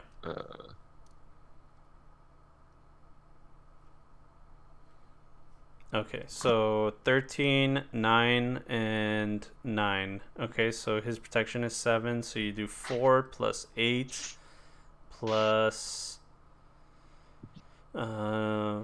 10. So 8 plus 10, 18 damage. You put 3 bullets into his head. 4, 3, 4, 8, 12, This guy is still alive, goddamn. 16. Mortal 1, alright? He's Mortal 1. So he has to roll under his body +1. Didn't make it. You blast your SMG. You pull out your MP7. You hold it sideways like a gangster, and you unload a 3-round burst. Just a quick brat, and the echoes of your gunshots in this enclosed area. It's so fucking loud. As 3 shell casings fall to the ground, you see big red mist as the guy's brains explode. Some of it gets on Colin's body, it gets on his shirt, and he's looking at himself like, what the fuck? As you just blew that dude's brains out, and he falls dead to the ground. Who just said Hell yeah. gratata? That was Cox. Someone said that shit. I heard it. That was It definitely wasn't me. Cox. All right, That it's fuck your That turn. fuck shit, I ain't with it. It's your turn, Who's the guy? O'Hannigan. Who's the guy that fucking shot me? Yeah, this guy should be dead. I This think this is this the guy guy that shot you. shot you, I think. Oh, Oh no oh yeah. no, the guy that shot you is dead. T got him. Oh, I think so, or it's one of these guys. I think. I think Yeah. I think it was one of these guys. I thought it was this guy, like right here, that actually did damage to my armor or something. Could be. I thought this dude had like a fully automatic and he fucked you up. Yeah, it is that guy. Where- This guy. Which this guy? Yeah, I'm gonna mark I'm him just real gonna quick. I'm just gonna go. You shouldn't have done that, and I'm just gonna Taurus raging judge him in the face. Oh jeez. Oh no! Remember, it's a flat. It's a flat because of your +3 indoor goggles. Oh yeah, dude, I keep forgetting about that. No, we took it into account, so don't worry. Yeah, we did. Yeah. Oh yeah, the gun's supposed to have +1 to accuracy. What does that do? It's +1 to hit. Uh, Yeah. So that So- guy is definitely close enough for you to hit him. Yeah, so 19 damage to his face. head. Fucking Christ! Fuck. All right, so Why didn't I get a fucking revolver? that's I do 24 have a damage. revolver.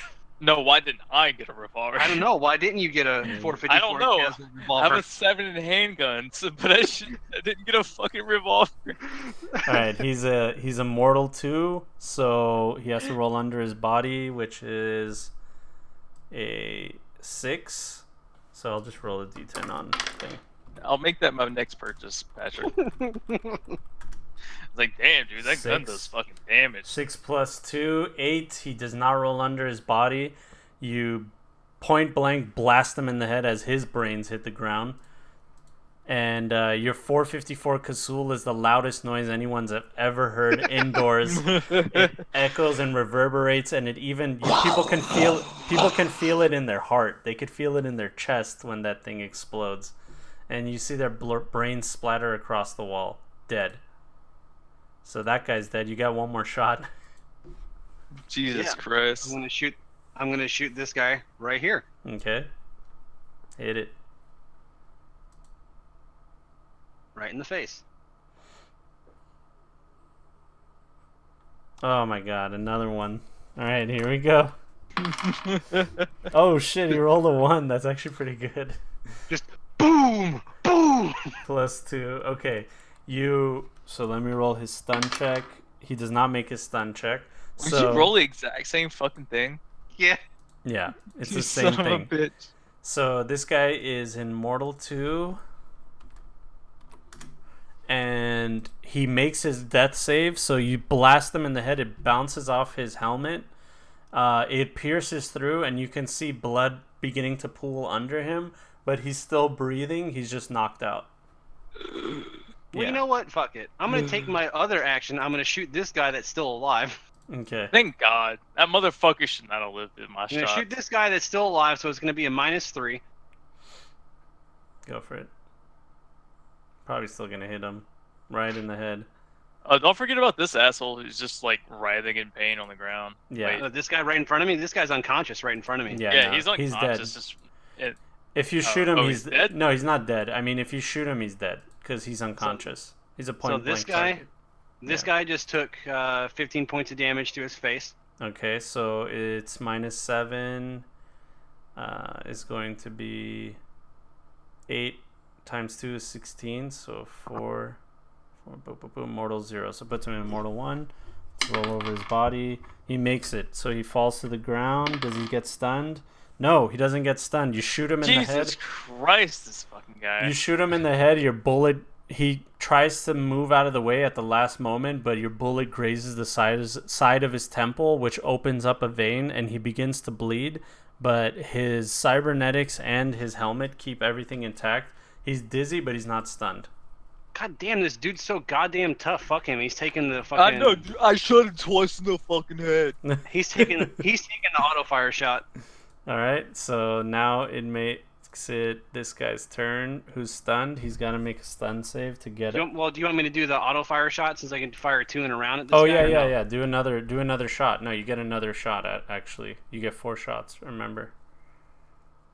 No, not auto fire. You have to roll again. So Oh you- shit, my bad. Yeah. So I'll do this. Where is this guy? Okay. you- It's the oh, same guy, wait. right? Are you Same guy. allowed a shot? Okay, so Oh yeah, that's you gonna didn't make move. it 5 minus 7 is 14. Okay, Jesus, how is he still alive after that? So 14 Better before. If this guy is still alive, Dick Johnson needs to fucking hire him. Dude, I was thinking about that. I was like, I'm gonna hire this motherfucker. It's like, dude, I will pay you twice what this fucker's Okay, paying you he right has to now. roll a he has to roll a 10 to survive. So roll Just pay him to soak up 1d10. all the bullets for us. Oh my Yeah. god, he rolled a 10. Oh my god, what the fuck? Oh man. Roll 1d10. Okay, so Yo, he keep rolled a this 16. motherfucker alive. We're taking this dude back. I have to roll a stun check now. 1d. Jesus Christ. Okay, he makes his stun. He doesn't make his stun check. It's way over. Oh no, wait a minute. Rolling a 10 is bad. He needed to roll a 1. He's dead. Sorry. I fucked up. Okay. No. He's dead. His brains are all over the place. The Thank Kazul fucking Christ. The Kazul sings, his brain you can't even see his face anymore. It's just caved in from the size of the round that went through him. All you can see is his bottom jaw and a part of his upper teeth, and that's it. Everything else above that is just all over the place. And he's super dead. Okay. That leaves this guy's turn right here. And he needs to make a stun save to get up. He does. So he's no longer stunned, but he can only take one action at -3. So he's going to try to aim at your head, Jimbles. No. But it's a -3, so... Whoops. Pulse is shaking up. Shit.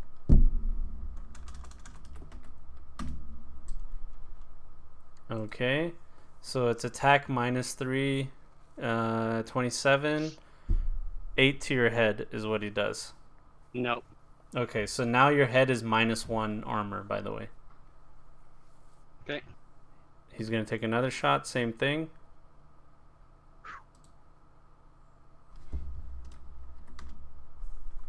Oh, shit. Okay, he rolled a natural 10. That's great. So 10 damage. Nope. That's another -1 to your head. So he goes, pow, pow. Both shots go like right over your head. And we're gonna actually they hit you, but they don't pierce. So he fires 2 shots at you lazily, trying to hit you because he's still stunned, and they both bounce off your helmet. Now my armored fedora. Exactly. Do All right. that fucking fedora. Now these guys are starting to enter the fray. These security guards in the back. So, Mhm. all right, those guys in the back right there. Okay, let me make sure everybody that's dead is supposed to be dead. Okay, that's it. This guy's dead. Okay, perfect. All right, Dick Johnson, it's your turn. Alright, I'm gonna... Let's see, what's my max movement? Not there, there. I'm gonna move there. At the end. There.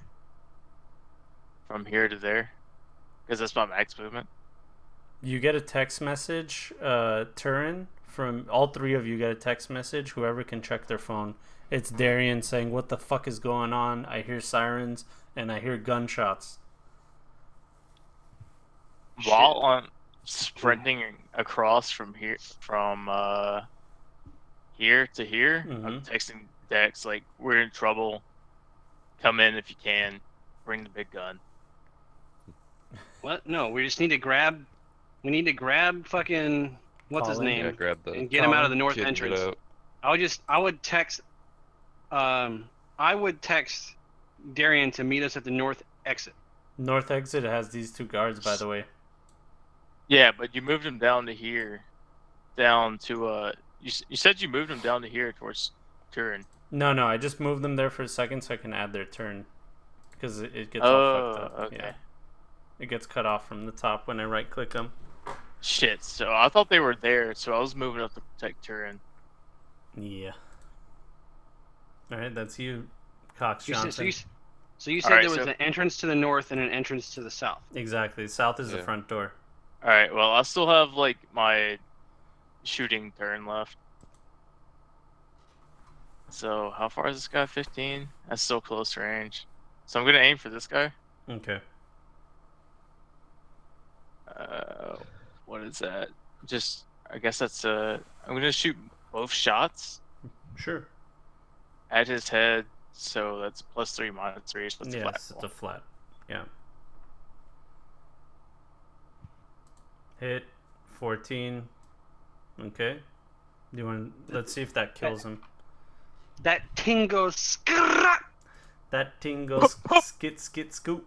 Oh, he's at mortal 2. Shit, doesn't look good for our boy. All right, mortal 2, and you did 7 damage times 2 is 14. Oh my god, he's like immortal million.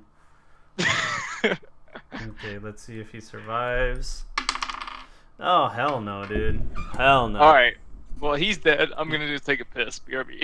Okay, he's dead. It's still your turn, but yeah, okay. He's dead. He's super dead. You fire 2 shots. The first one kills him. The second one you shot into his dead body. So, you guys are just headshotting motherfuckers left and right. Yeah, we're fucking. Hey, we got Korea those here. sweet ass goggles, man. Aim for the head bod. Alright, and then it's going to be this guy. No, that guy's dead. It's going to be Colin. He's going to try to run away. He's going to run. He saw Turin shooting. And so, Turin, you shot one of those guys, so now he doesn't know where to go. He's going to try to run in this direction and try to hide somewhere right there. There we go. Alright, so we just need to grab him and go out the south exit. And then he's going to run again that way. Right there. Well, because Cox... So when Cox gets back, he's still going to take the rest of his turn? I mean, if there's no combatants left, then no. But there's still this guy right here. But he's not on the... Oh yeah, he was stunned. This guy right here? Yeah, he was stunned. So there is no combatants left other than these 2 guys in the back over there. So you guys have a chance to roleplay right now for these 2 guys. So T, Colin already moved. Now it's T's turn. So T, what do you want to do? I want to move towards Colin. Okay, so you're I wanna able let to sprint there actually. Yeah, you can sprint there. It's 2 times 36. Yeah, you can make it to him. All right. So you can go right Can I here. tackle him?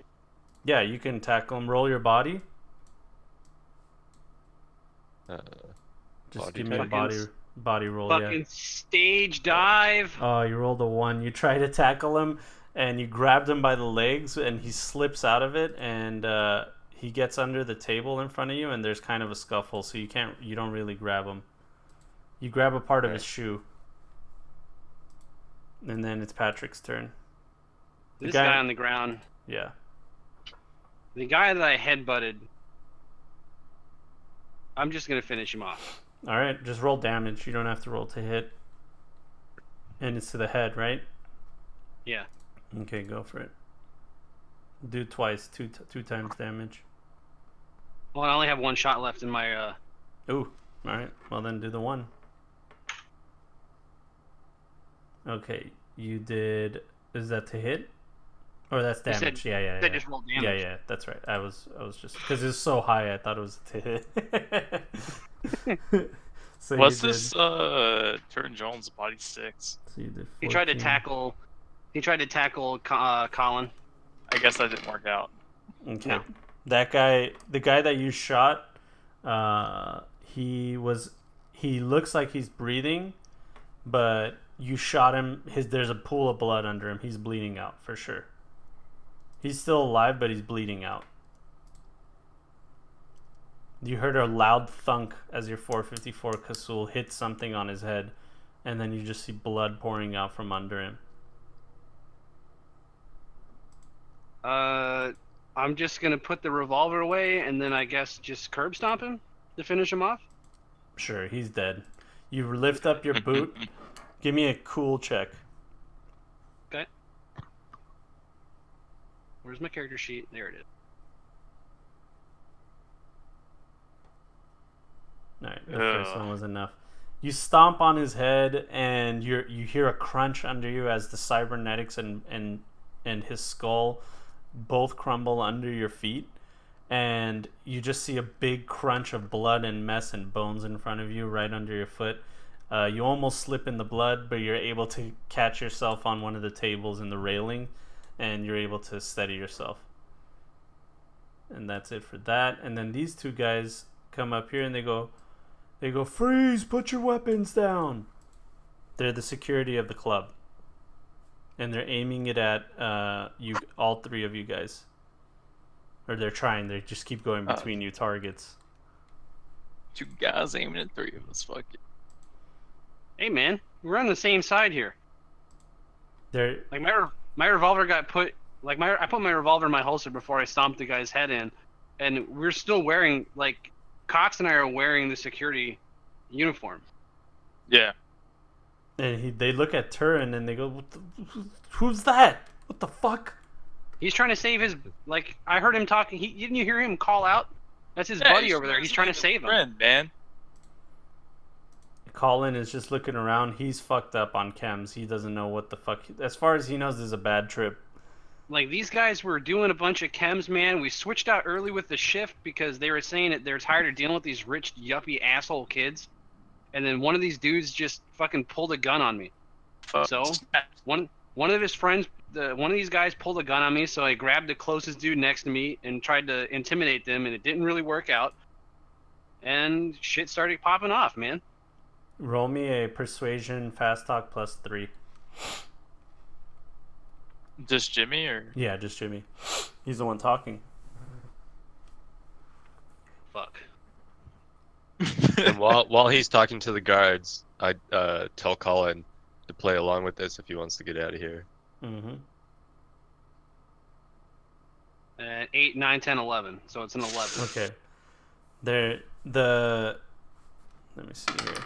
Okay. I had kind of a combat zone flashback, and I may have reacted a little bit harshly. One of them says, I don't know, kind of adds up, and then the other guy is looking at him and he says, "What the fuck are you talking about?" He turns to you guys and he says, "I don't care who the fuck you are, all of you put your weapons down and let's go to the back. The police are coming, they're gonna take care of everything here. You got it?" I mean, okay. That's a pretty fucking bad idea. We don't want the police to know we were here. Just be. So then, what do you want to do? I have 1 shot left in my Colt.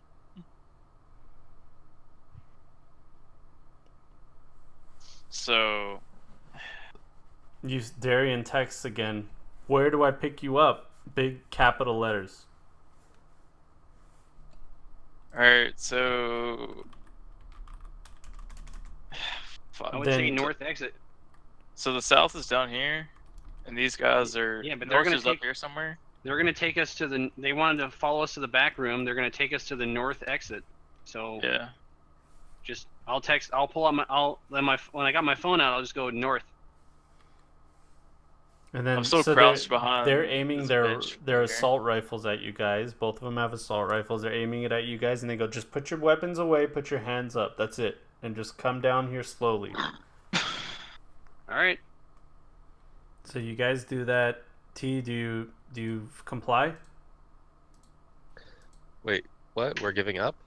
No, we need. I don't. You guys are letting me make me react to these characters. If you guys want to do something different, do something. Yeah. I'm trying to fast talk as much as I can, but my character does not. Okay, have that. I Dude, tell does your them. guy have a grenade? No. Okay, I try to intimidate them because I'm still holding my SMG, and I say, "We just killed 6 men. Do you want us to make it 8? Get out of here." Roll a persuasion fast talk or intimidation. Do you have intimidation? I don't know where that is. It's under cool skills. Do you have any ranks in intimidate? No. You could Persuasion fast instead talk of as my thing. so then maybe Persuade- I would- persuade them to Yeah. just let it all go. Like, "Hey man, who cares? They're Okay. just scum or Sure, something. Just let it go. You're not like. It's not worth it. This is Yeah, it's stupid." not Yeah. worth. You know, basically. something like that. Oh, Okay, perfect. What do you mean, fuck? You rolled a 23, dude. What do you want? okay. Okay. Right? It's like, oh no, it's less than a 37. Oh man, it's not a 40.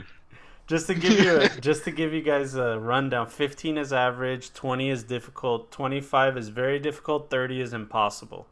And you're averaging 23. Yeah. So Yeah. You're just shy of very difficult. exactly. So this is a difficult situation. They're outnumbered, outgunned. They just saw Yeah. you kill 6 people, so obviously it's not going to be very difficult. It's just going to be While difficult. T's talking this, I'm still aiming my Colt at these motherfuckers, even though I only have one shot, but they don't know that. No, he's persuading these people. He's not intimidating. He's persuading them. Yeah, he's persuading them, but I still have my fucking Colt pointed at these motherfuckers. One of them turns to the other guy and he goes like, "Look, man, it's not worth it for these fucking stupid booster gangers doing purple dust all day.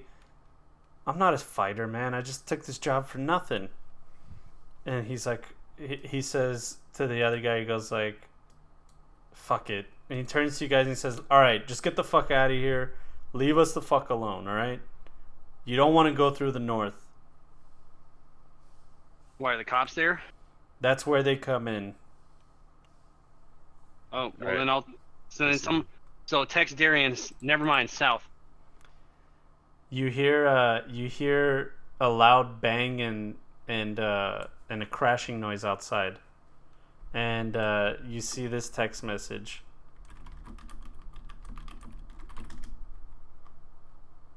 Well, we gotta go. We're leaving. We're grabbing Colin and we're leaving. All And right. I'm gonna say something along the lines to these guys. Sorry. Well, I apologize. Had to go down, but we're out. You guys head out of the nightclub. Colin is in a daze. You can easily grab him as you guys are leaving the nightclub through the southern entrance. There's sirens wailing in the distance. Darian's in the front. He's got the doors open, and he's just like, "Get the fuck in." And Dude, right there with you. there's a trash can with trash all over the street because he just knocked it over with his car. He lifts off. You guys get into the vehicle. Colin's looking around and goes, "What the fuck's going on, man?" And you guys are up and in the air, and you're driving off. As you're driving And away, go ahead.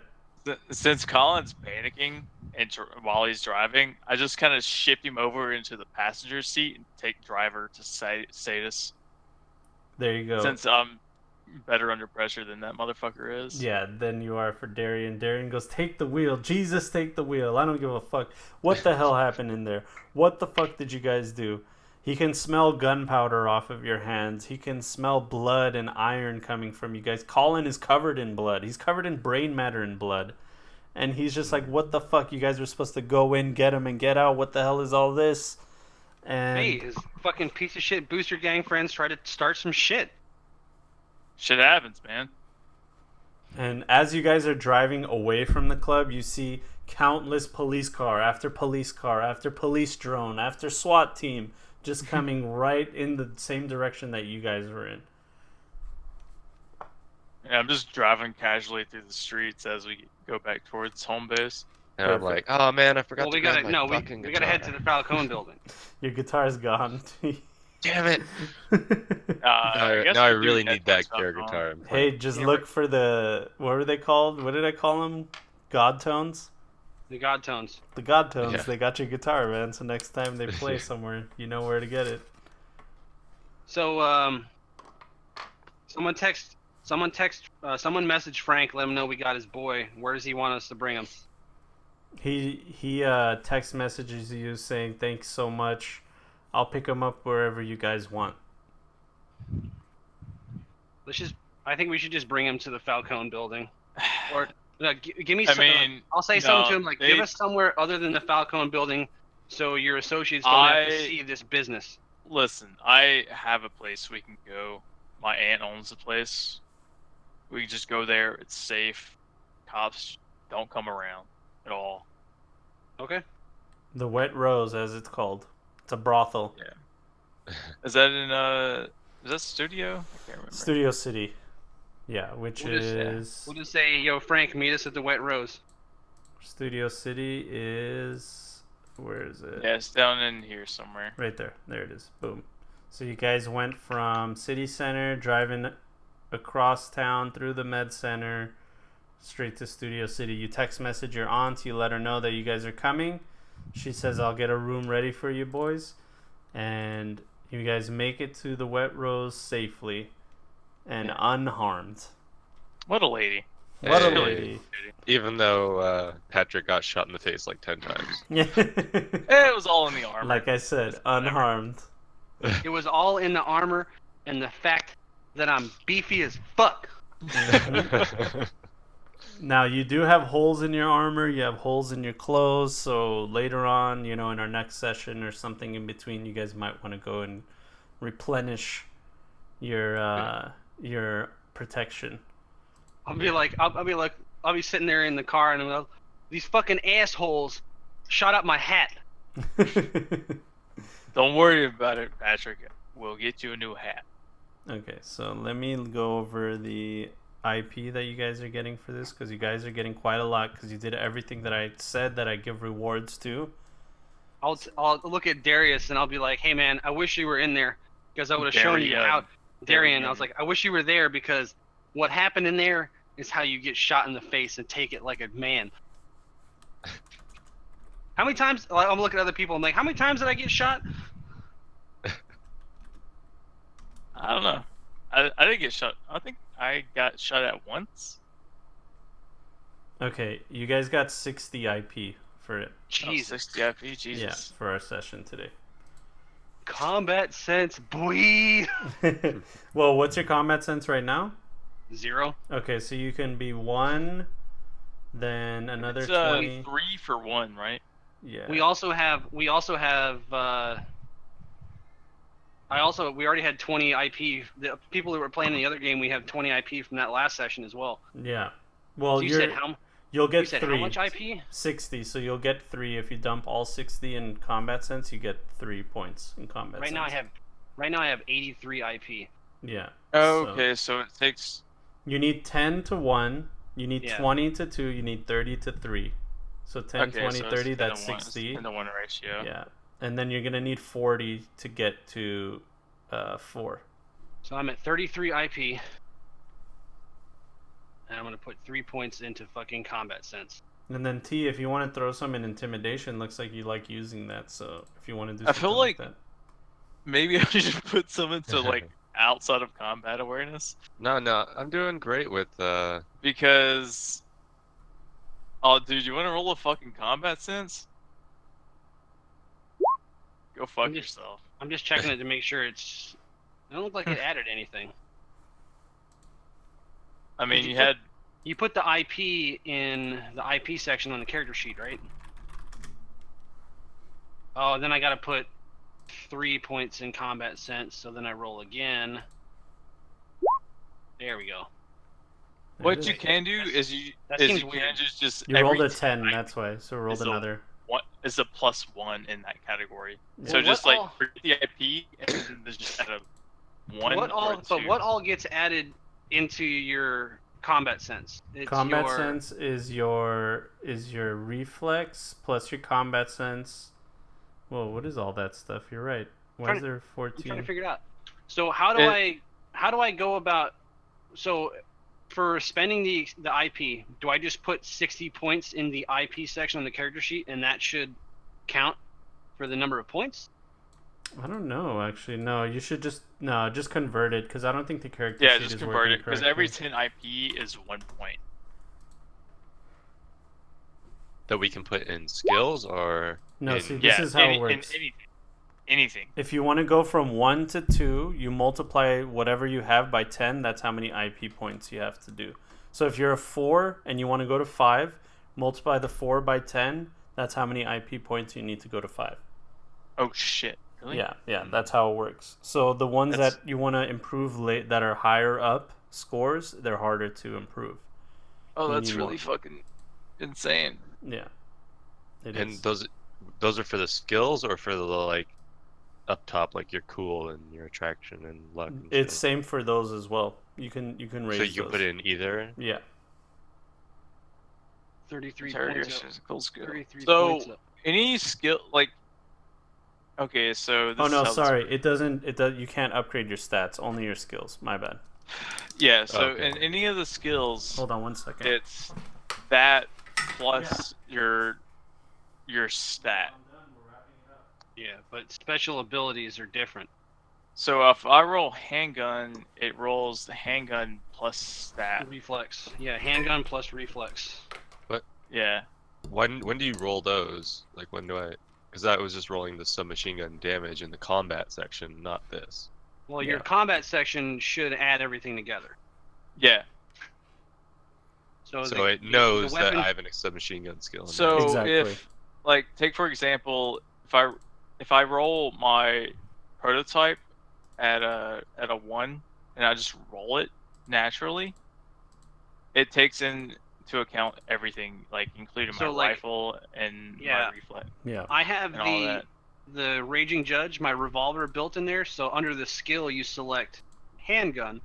So when I hit the roll button, it rolls. If you look at the attack roll, it's 1d10 plus 7 plus 10 Mhm. plus 1 for the weapon's accuracy. So it's 1 from the weapon's accuracy, it's 10 for my fucking reflex, it's 7 for my fucking handgun, Yeah. and another d10. Exactly. Yeah. All right, guys. I'm gonna wrap this up. I'm Yeah. gonna close up stream and everything, and we'll try to do this again next week. I don't know if next Yeah. week will be available for everybody, but we'll see what we can do. But I I hope you should guys had fun with this session. Yeah. Dude, So I had more do you- fun than I thought I would. Do you want me, for the stuff like martial arts and stuff, do you want me to find someone that can teach me before I put points in stuff? We'll work that out. If you want to put points into it, we'll figure it out. Because every time we See- do a session, it's a week of in-game time.